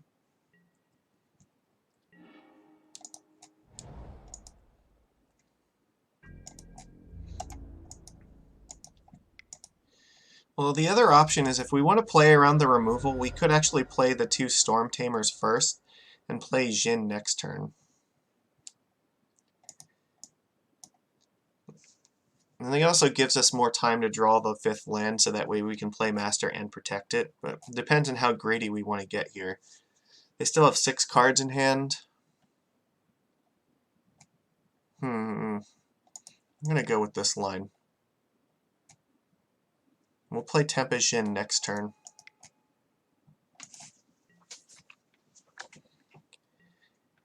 But this way, if they have something like Harness Lightning, now we're protected against it.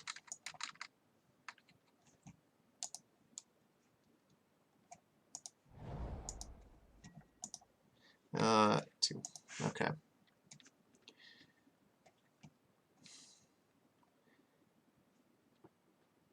I mean, this also could just be like Aetherworks Marvel. I haven't seen that deck yet, but I think that it's being played. Architect of Thought. Alright. Yeah, that's a fine card. It means that these are not going to be able to attack very well.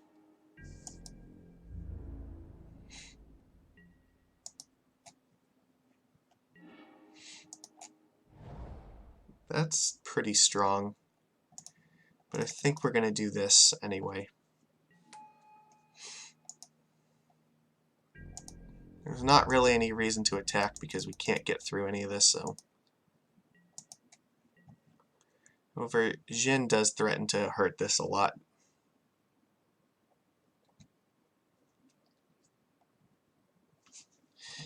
And I think as long as we protect it, we're in good shape. Jin is also protected against something like Oko turning it into an elk as well, so... And this can even get in for 1 damage because of Tidebinder.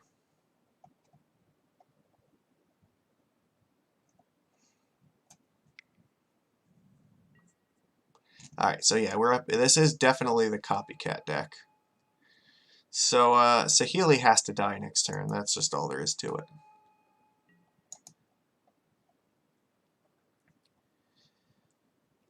So because of Tidebinder tapping this thing down, we should be able... No, well, yeah, it doesn't matter. We can kill it with the Trickster and then probably attack Jace with the Jin. Seems like the best plan.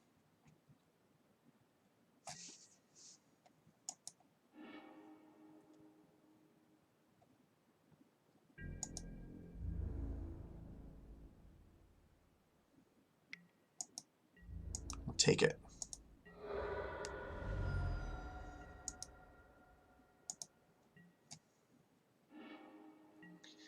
That is also pretty good. But I don't think we can do this just yet. We have to do this first. Because as long as this is on the table, this cannot counter Felidar Guardian. Yeah.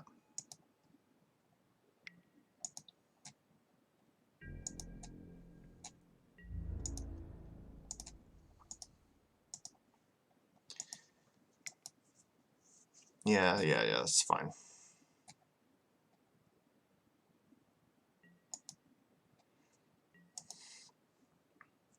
But it does make it hard for them to stick a Saheeli.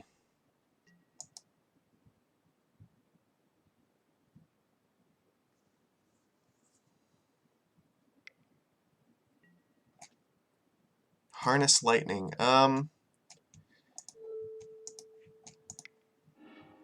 I really want my Jin to stick around.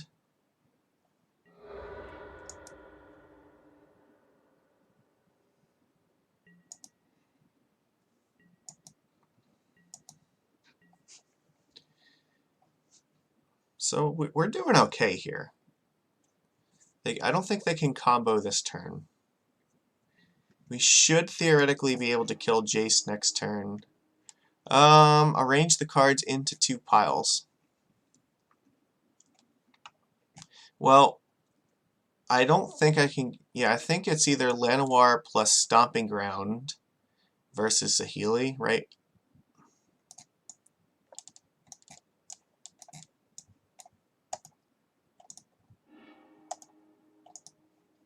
Because this lets them draw a card anyway, so... I'm assuming they're going to take Saheeli. Yeah, that makes sense. So if your opponent is taking the pile that has 1 card in it, that means that you have done your piles correctly. So good job. These Storm Tamers are going to be able to continue to protect us here.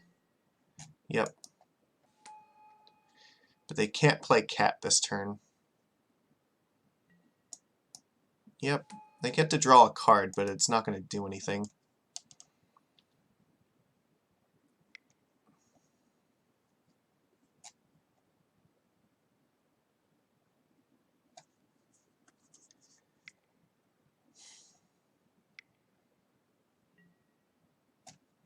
Yeah. Ooh, that's rough.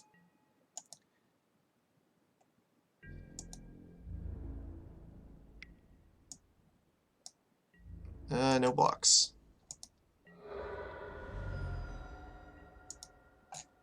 Okay. So, let's see. They can make 2 1/1 blockers. Which means, unfortunately, I can send these 2 after Jace and they can kill one of them. And if I send these yeah, if I send these 3 after Saheeli, then Saheeli's going to die, and they can kill off 2 Storm Tamers. I think that is our best plan here.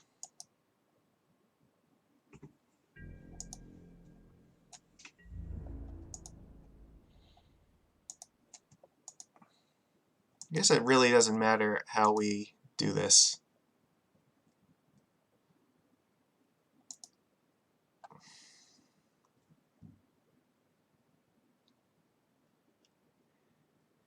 What, okay, so hold on. If we attack Jace with this, no, we have to send 3 flyers at one thing, right? Because that forces them, like, then making the tokens doesn't save it. Yeah, okay, that we did. No. You have to attack here. You have to attack here. You have to attack here. And you attack Jace, and you attack Jace. And that kills off both planeswalkers, and it might exchange 3 of these things. Yeah.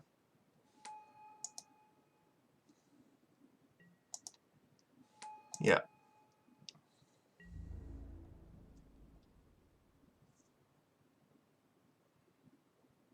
So basically they can just choose to kill like these 3 creatures, but then the 2 planeswalkers still die to this.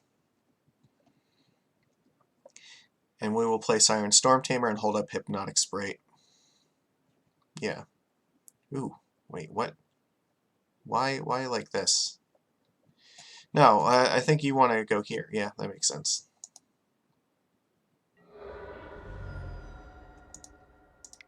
And this is not helpful to them, because now the Tempest Shin is still protected. And we have a counterspell up. If they try to play another Saheeli, then I can just counter it.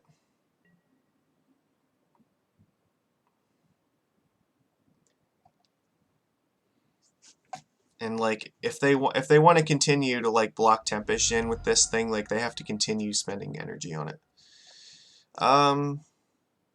Yeah, okay.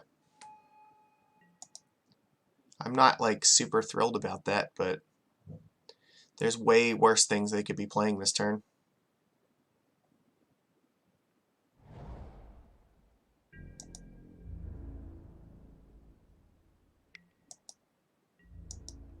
I might have to start being on defense. Wizard's Retort is a good draw because now I can actually just play this if I want.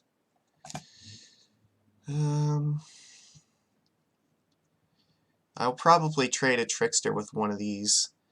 So the question is, if I tap out here, they have enough mana to go for it, but the chances that they're going to have it are very slim to none. However, I don't have any protection for Master Waves if they play like Oko or something. If I play Master, then that gives me 7 tokens, which means it almost certainly dies next turn, but I don't have a mana to protect it. I think right now what I do is I hold this back, and I hold this back. I can trade this with one of these, and I can just like block one of these other things and just keep up counter spells. I mean, I could also play this Hypnotic Sprite too. Like, there's nothing stopping me from doing that. And that might actually be in my best interest to do that here, because then even if I have to sacrifice this, then I keep the devotion for that. So it's possible, but I think that I'm going to hold on to it just so that I have 2 counter spells available. I have basically the Siren Storm Tamer. Yeah, I can't attack with this because they can still make a 1/1 flyer. I need a 5th mana basically so I can deploy this.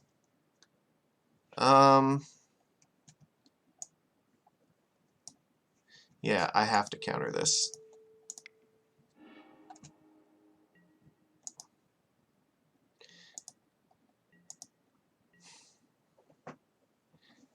Yeah, I really like. Okay, so now I don't have protection for Master, but oh my God! All right, no. Well, you can't play both things that you need to play this turn, so this is safe to do this. That's your 3rd one. You've gone like, geez, your draws must be like really good. I mean, we did draw 3 Siren Storm Tamer. Or actually, no, we have all 4 of them here. So, But if they can counter this, then that's actually a really big problem. I don't think we can play around it, though. Like, if they have a counterspell to deal with this, then so be it.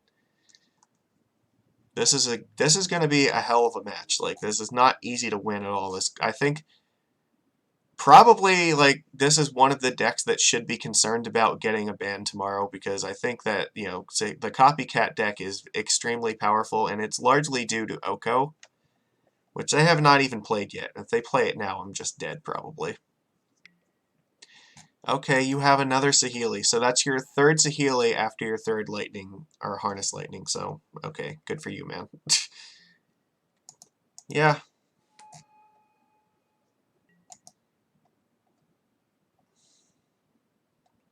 So if you have the cat in your hands, like, we're probably screwed.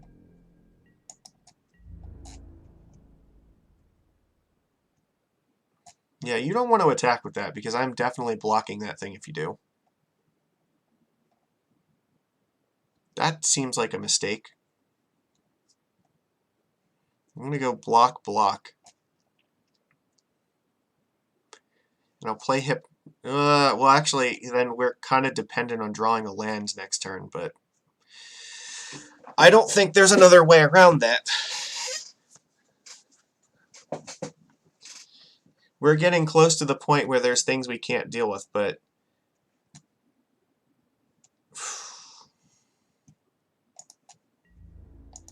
I have no choice here. This has to block here, and I think this has to block here. Yep, you got a flyer.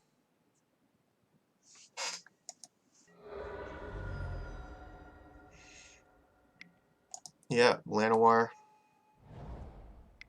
You have one card left in hand. So my question to you is... That's actually not bad.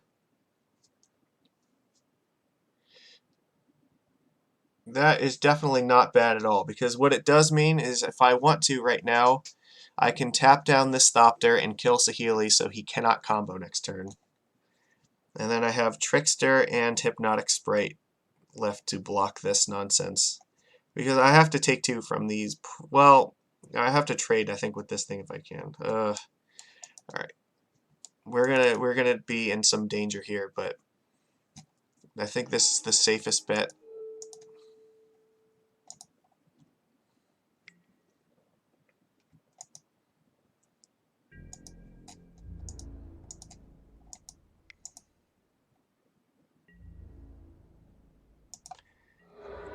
So I could leave up Wizard's Retort here, and then I'd have to block this and take two.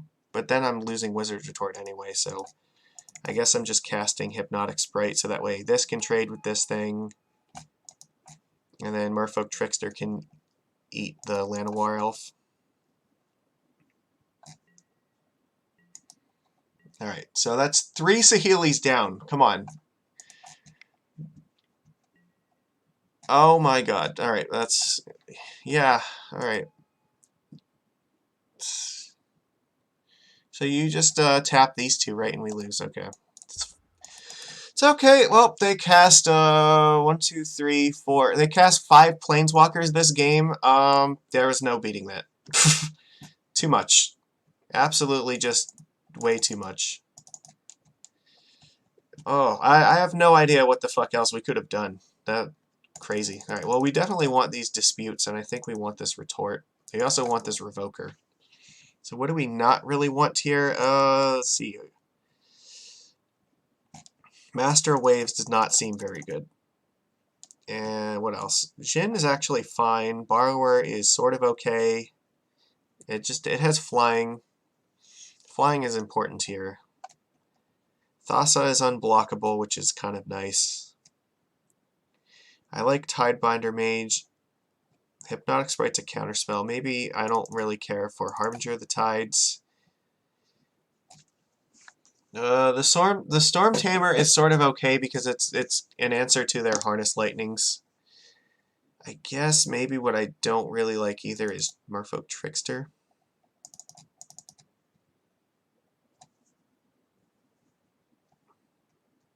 It's gonna make it hard to probably keep this Wizard's Retort online for 2 mana, but I don't know, whatever. Do it like this. These don't interact versus their deck particularly well. I would love to be on the play. Alright, this is fine, we'll keep.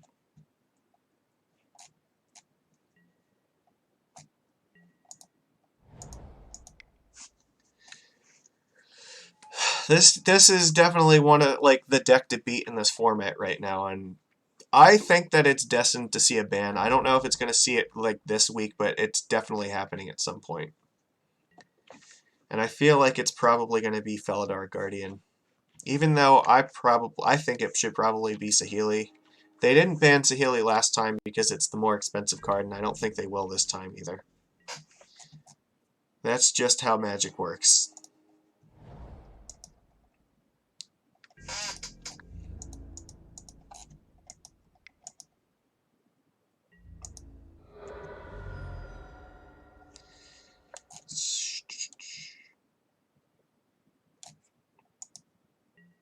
I don't really want to cast anything right now.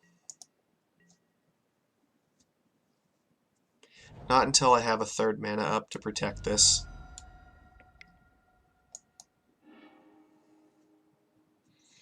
Brazen Borrower is certainly not bouncing this thing either.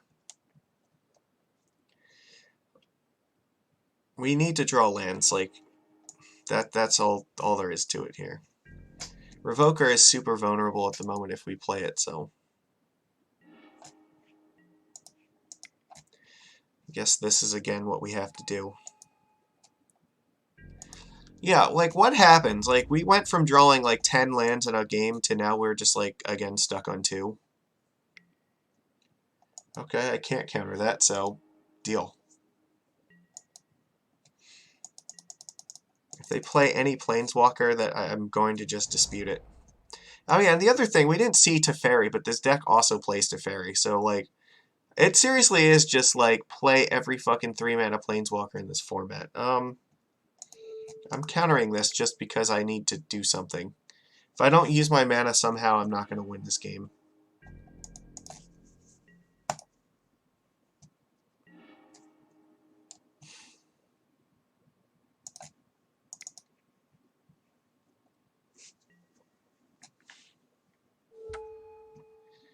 Alright. I doubt that they're going to play Saheeli first. I guess maybe I'm going to name Oko. We haven't seen them play it, though, but I assume that they are. And if they play Saheeli this turn, it's actually not a big deal. I'm going to name Oko, because if I don't name Oko, then they can just turn this into an elk, and it's not going to do anything. Yeah, if I name Saheeli, they play Oko anyway, and it's an elk, and then we die, so...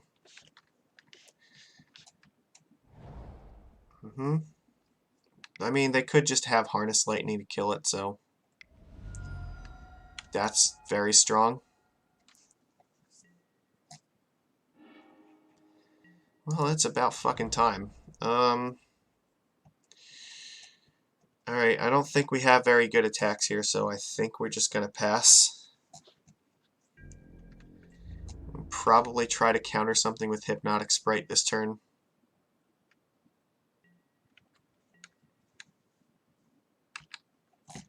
Actually, I don't want to yield.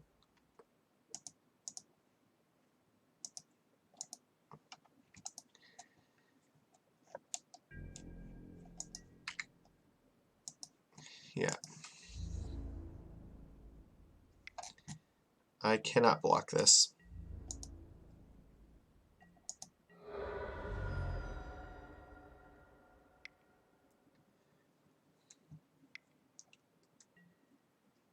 Felidar Guardian.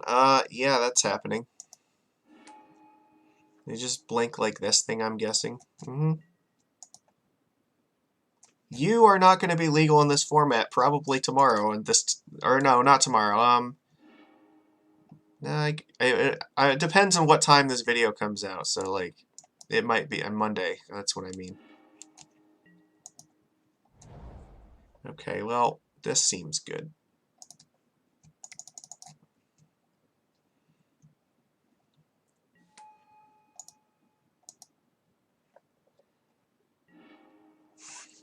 Pass. We can deal with this for a little bit. Hopefully this buys us time. Because now if they place a Healy that does not win this turn, they have to kill this before they can combo out with this thing. They can deal 1 damage to Jace if they so choose. No.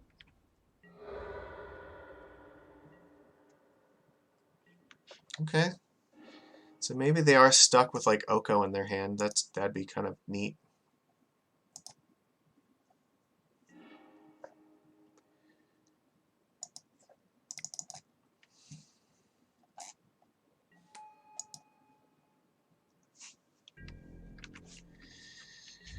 We have Storm Tamer up to protect our Jhin. But they could just like, okay, that's... Alright, Harness Lightning might be hitting this thing now. Yeah, that's going to cost them 4 energy. I mean, it's not where I really want to be, but it means they don't have energy to make a Thopter at the moment. Attacking Jace, it sort of is like their only option. So if they have a bunch of Okos in their hand, then that means Revoker is doing its job. That also does not do anything against Jace.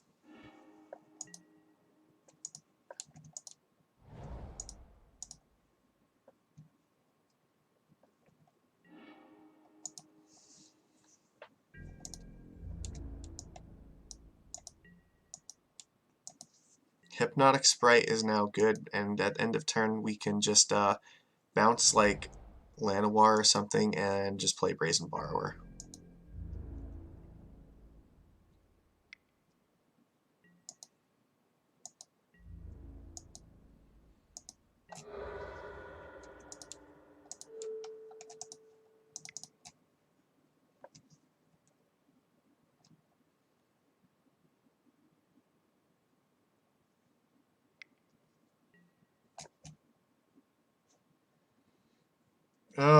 Okay, you just want a bunch of energy, right? You already have 3 energy, so I could actually counter this. Yeah, okay. I could also just bounce it again. But then that means I'm not... Well, I'm already not getting this back, so... I guess I just don't want to give them more energy. So you don't get energy, and I don't get my Brazen Borrower.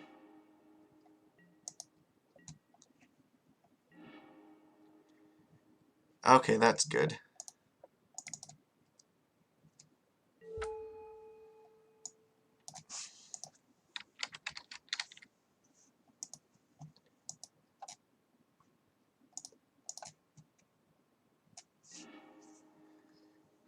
Pass. No attacks. Alright, we've got a pretty solid lock in this game right now.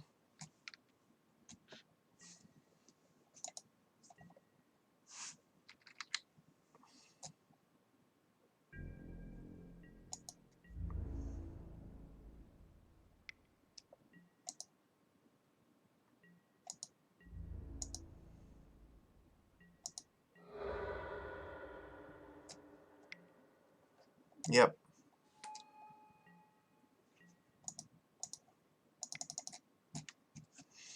Now we can start cracking in the air because they can't make a Thopter token.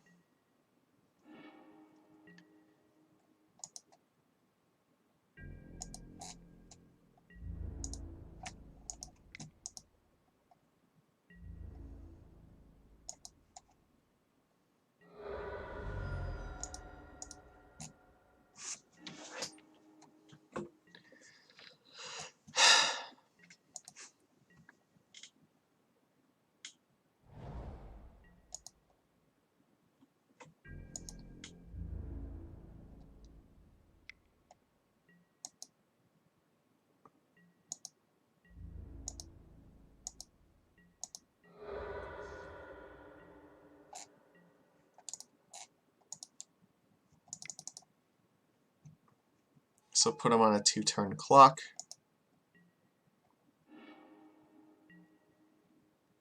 If I play Thassa, that doesn't actually kill them right now. But it would be a creature. However, then it means I don't have a counterspell up. And they can't block either of these.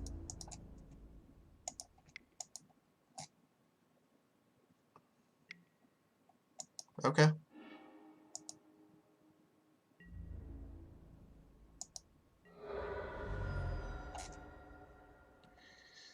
So what happened? I guess I could, if I play Thassa, it puts the shields down. I don't really want to do that.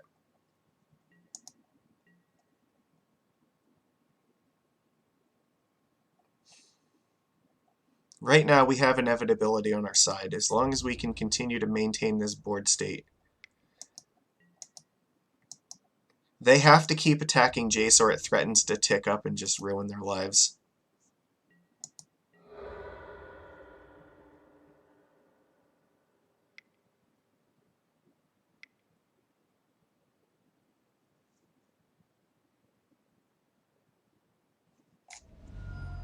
Oh, Jace, okay. I cannot deal it with, I can't do anything about that.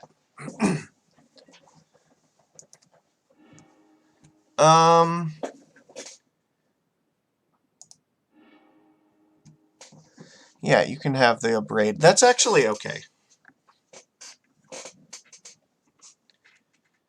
He put the Abrade in his hand, which means, yeah, we still have the Sprite to counter the Abrade at any given point we want. He'll do it on my turn, so I have to tap mana for it. However, Borrower's going to kill that thing.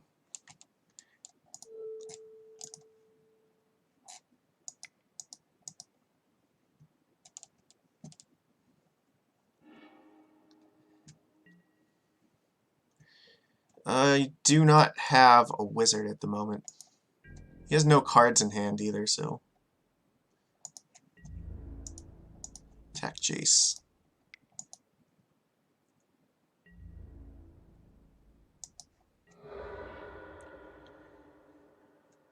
So, options, I can play the Sprite and just take up Jace and hope that's fine. I think that's my best plan. Because I can't cast the Retort.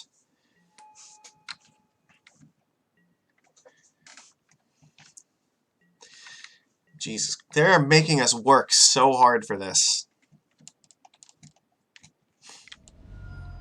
Alright. Yeah, Rogue Refiner, I mean, you get to draw another random card, but I don't know if that's actually good enough right now. You're at 7, and it means we can actually kill you next turn. If you, yeah, I think if you can't win this turn, like, it doesn't really matter.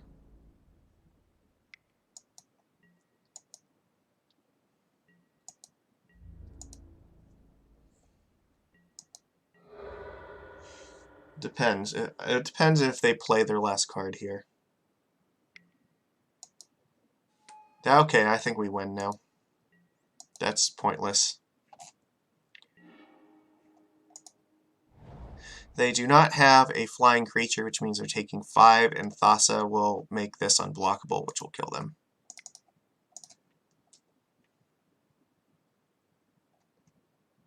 That is the end of the game. Okay. Oh my god. What a ridiculously uphill battle. Okay, so... Jesus. Alright, how do I even approach this at this point?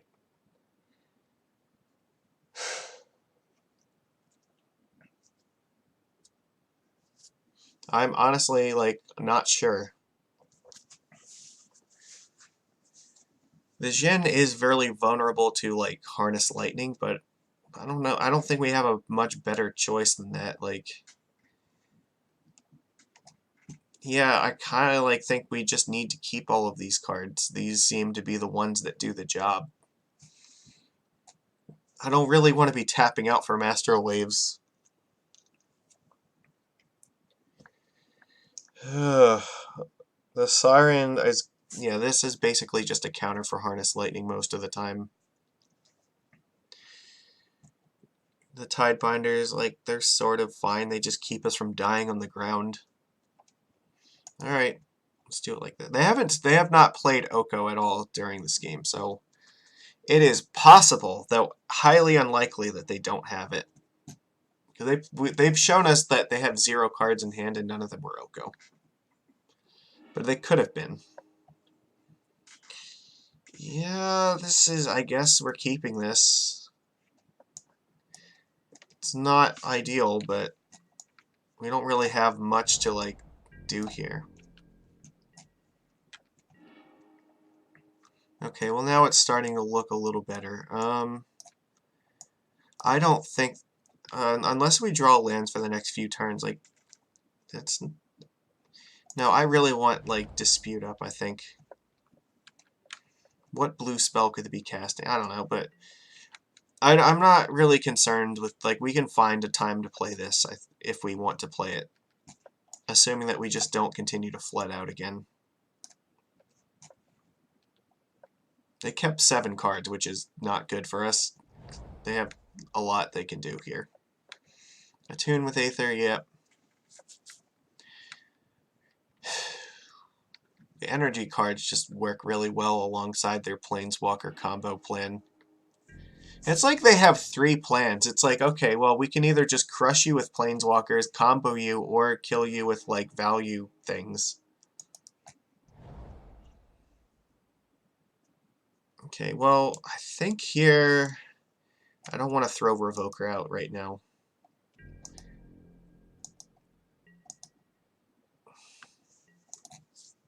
Can do that next turn. But I can't protect it, though. That's the only thing that sucks.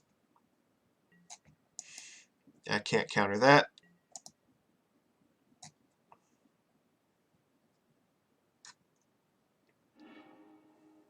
Frontier Bivouac. That means they're probably going to play that? Yeah, okay. They're just getting lands. So what are the other cards they reveal? Oh, it's just those 2. So we know they still have islands. I could play Revoker here, but I really don't like playing this before I know what I'm going to need to do with it. I could also play Thassa. It's not a bad spot to do it, but they also might have Dispute up. I think we really want to get our Scry engine online this turn, even if it means putting the shields down. So we can't deal with this forever. If a worst case scenario, we have to cast this for 3 mana. Okay, that's good. Planes. Well, it means Saheeli. Okay, so if you have Cat next turn, we have to, like, dispute it. Or we could play Revoker right now.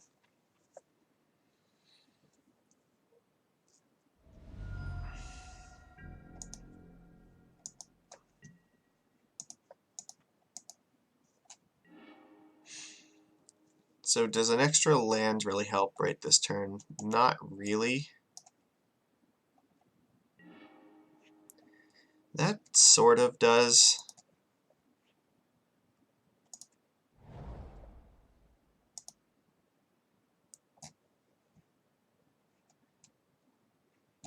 So what's going to happen, though? If they resolve Felidar Guardian, I do have the option to... Well, I mean, if they try to play Felidar Guardian, like, they're going to get value out of this. Whereas at the end of their turn, I can also just threaten to bounce it with Borrower, so...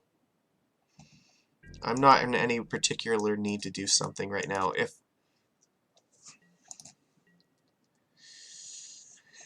Yeah, if they go for Cat... okay, so they don't have the Cat, that's fine.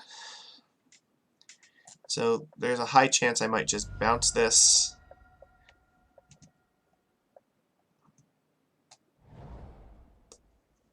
Or no, if they have the Cat, they can just play it right now.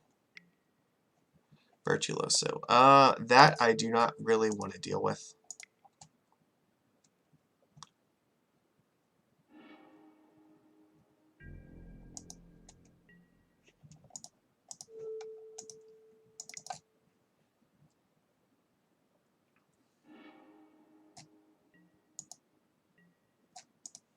I keep clicking on it because I assume that I have to put it on the stack.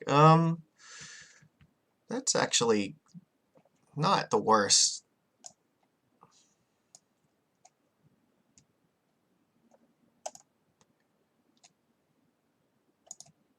I think I do want that.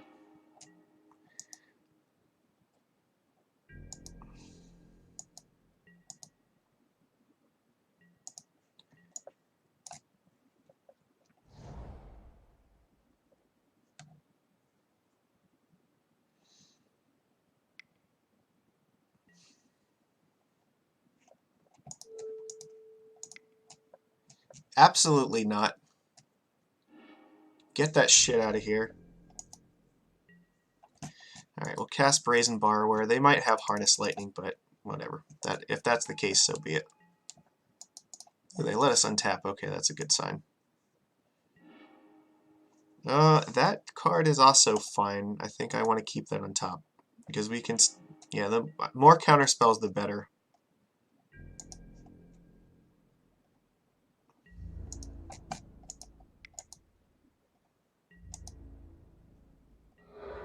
Okay, so that... No Harness Lightning? That's actually very good. Or maybe they're just saving it for Revoker. It's possible.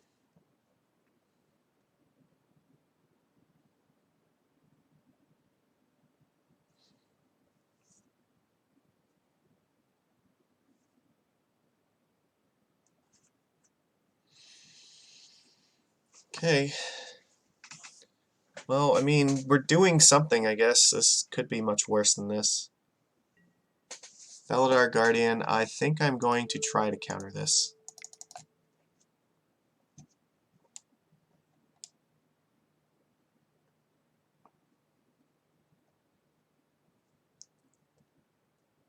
You cannot pay 3.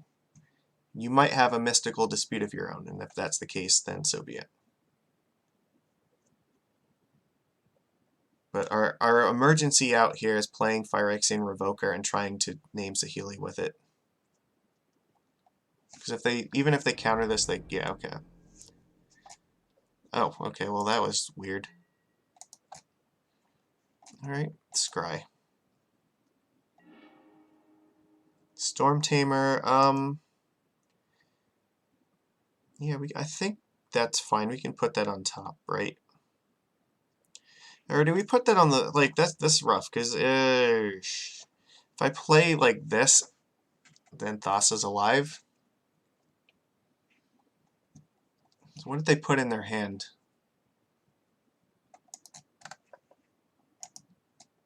Plains? No. Oh no, they just played this and passed. Okay. So they have 3 cards in hand. One of them is Saheeli. I think I'm gonna put that on the bottom. Alright, well that was definitely not the right thing, but that was a much worse draw.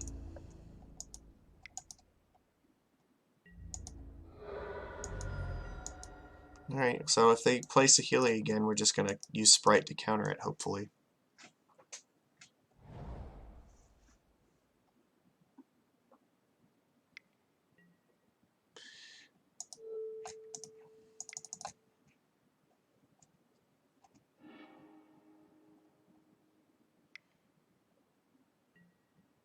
Yep. That's fine. I'm not bothered by that. Now we can put a land on top. Beautiful.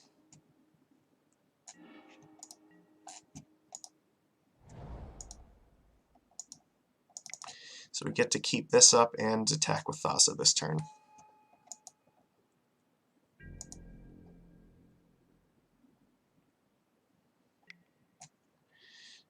Yeah, I cannot counter that.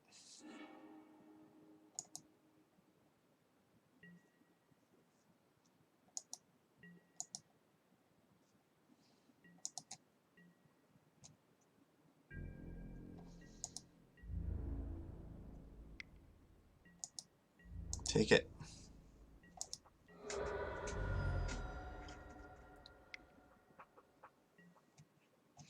Nope, let's not let that happen.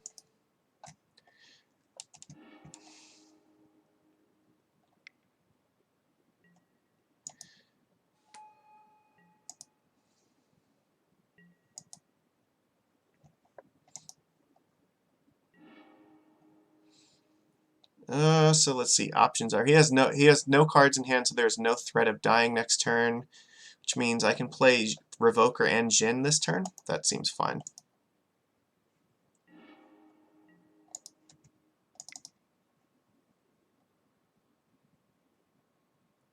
Yeah, okay. Sure. You can make your tokens now.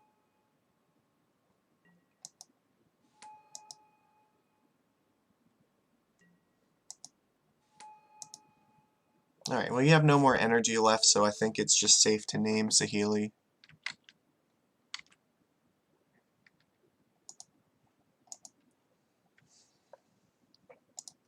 However, it's also now safe for us to play Tempest Jin, wake up Thassa, and then get in there.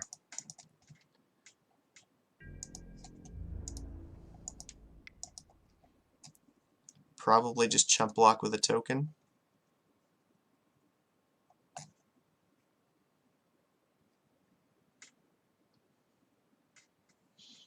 I'm fine with putting the shields down in order to race them once they have no cards in hand.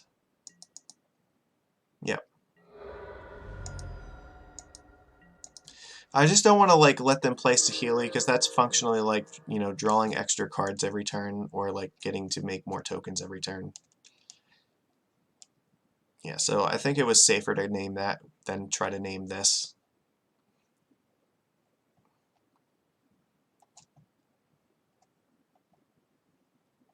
So now we're attacking for 9, unblock, like...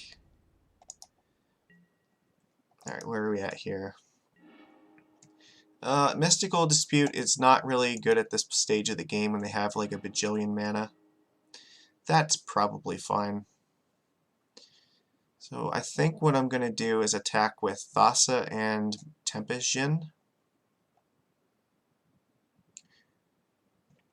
Yeah, that's okay. And then I will just play Hypnotic Sprite and Tempest Jin.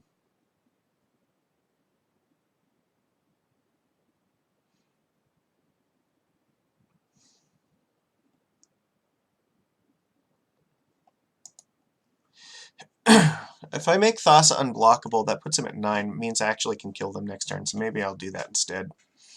Make Thassa unblockable, attack with Jin.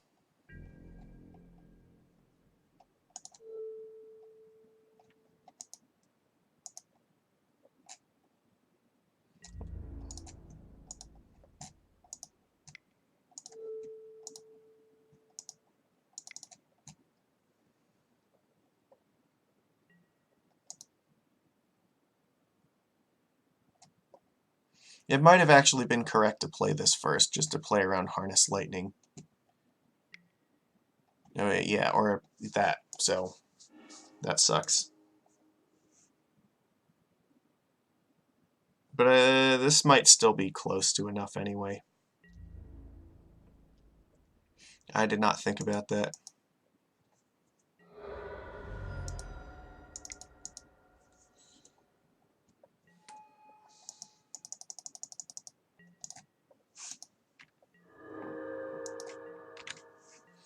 Alright, this is getting very dangerous for them. So if we draw an island, I think they lose. Because I can attack for 15 unblockable. Saheeli Ray. That is the one card that does not win you the game. It literally does nothing, so... God, we pulled that out like by the skin of our teeth. Like that took an insane amount of like very careful play in order to like bring that back. Alright, well, I mean, yeah, that deck is like super dangerous. How is it that we lose against like mono red with Master of Waves and yet we beat like that deck? That doesn't make sense to me. But I mean, I guess the sideboard cards kind of did their job. We didn't really get to see this or like Ashiok really do anything, but I like the Hypnotic Sprite. I mean, it let us play the control role really well. I think there are definitely some misplays that I made that, you know, there were turns like maybe I should have played a creature instead of like holding something up, but yeah. I do think the one thing that I'm going to do though is I don't like these desert. I don't think coming in to play tapped land are what we want. I don't think Mutavault is really what I want either. I think I just want 23 islands.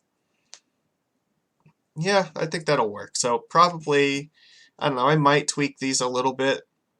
Jace seemed like very good because it really held down the fort when they were going for it. Yeah, and otherwise, the rest of these cards seem like they were correct, just not this one. I mean, this could have been really good if we had drawn it against Thing in the Ice, but we managed to win against that deck anyway, so, well, I don't know. We'll see how it does next time, but I'm really interested in this deck. I think that there's a lot of potential for Mono Blue to shine in this format, and I would love to see it going forward. And, there might be some interesting sideboarding strategies we'll come up with as we go on. Like maybe Thassa comes out in some of the matches where we didn't take her out against, but I don't know. There's like a billion decks too, so like it's hard to really metagame against like the format that's still trying to figure out what it wants to really be doing. A lot of the decks are still just they're playing whatever cards that they want to try out in them instead of, there's not like a set list. Like even for us, like we changed like a lot of cards in this deck. Like this Hypnotic Sprite I think was a huge benefit, and we also took out Smuggler's Copters in order to fit in, some more hard counters, and so I'm sure a lot of the decks are going to be doing stuff like that, so it's kind of hard to tell what the correct boarding strategies might be until the metagame settles down a little bit more, and also until like the first couple bannings through the format like happen. Like, yeah, that Field of the Dead, like, shit, what that is ridiculous. Like, this is also a format that does not have things like Blood Moon in it, which is probably a good thing, but at the same time, yeah, Field is, I mean, the triggers off of Field are, like, really hard to deal with, and, like, there's, like, Field of Ruin in, I guess, maybe that's a thing, but, I don't know, like, that just, I mean, Escape Shift in the field like is also a potential thing to worry about, where they just cast a 4-mana spell that just gets them like 18 power of creatures in the board. Yeah, it's scary. If I'm sorry, if it looks like I'm like looking off to like the right here, it's because that's where I have the microphone. Like it's sitting like right here, and I'm trying to like talk into it so you can hear me better. So yeah, it just occurred to me that that might look kind of strange on the screen, but yeah, anyway, that's all I really have for right now. So, I mean, I'm pretty pleased with the inclusion of this card. I think it was fine. It was just a little bit weak against Chain Whirler, but when you're on the play versus Chain Whirler, like this card might actually be good because it can counter it, which is nice. It gives us extra ways to deal with it. And obviously, like against the CopyCat deck, like this was insanely good because it countered like almost every single one of their good cards. And then, yeah, it's a flyer afterwards, and flying is very strong, so. Alright, well, that's all I got. I will see you guys next time. Probably Modern next time, but maybe Pioneer, I don't know. We'll see. The Modern and Legacy are coming back. I know I keep saying this, I promise they are going to come back, but, like, this is just really, really new and interesting right now, and I know that, like, I am sure that you guys, as well as myself, have to, like we're all interested in seeing how this works. So I'm giving this extra attention right now because it's new and exciting and shiny. And who does not like playing with new, exciting, shiny things? Like, that's just that's how it is. All right. So yeah, I'm gonna stop talking now and actually end this video. So take care, everybody.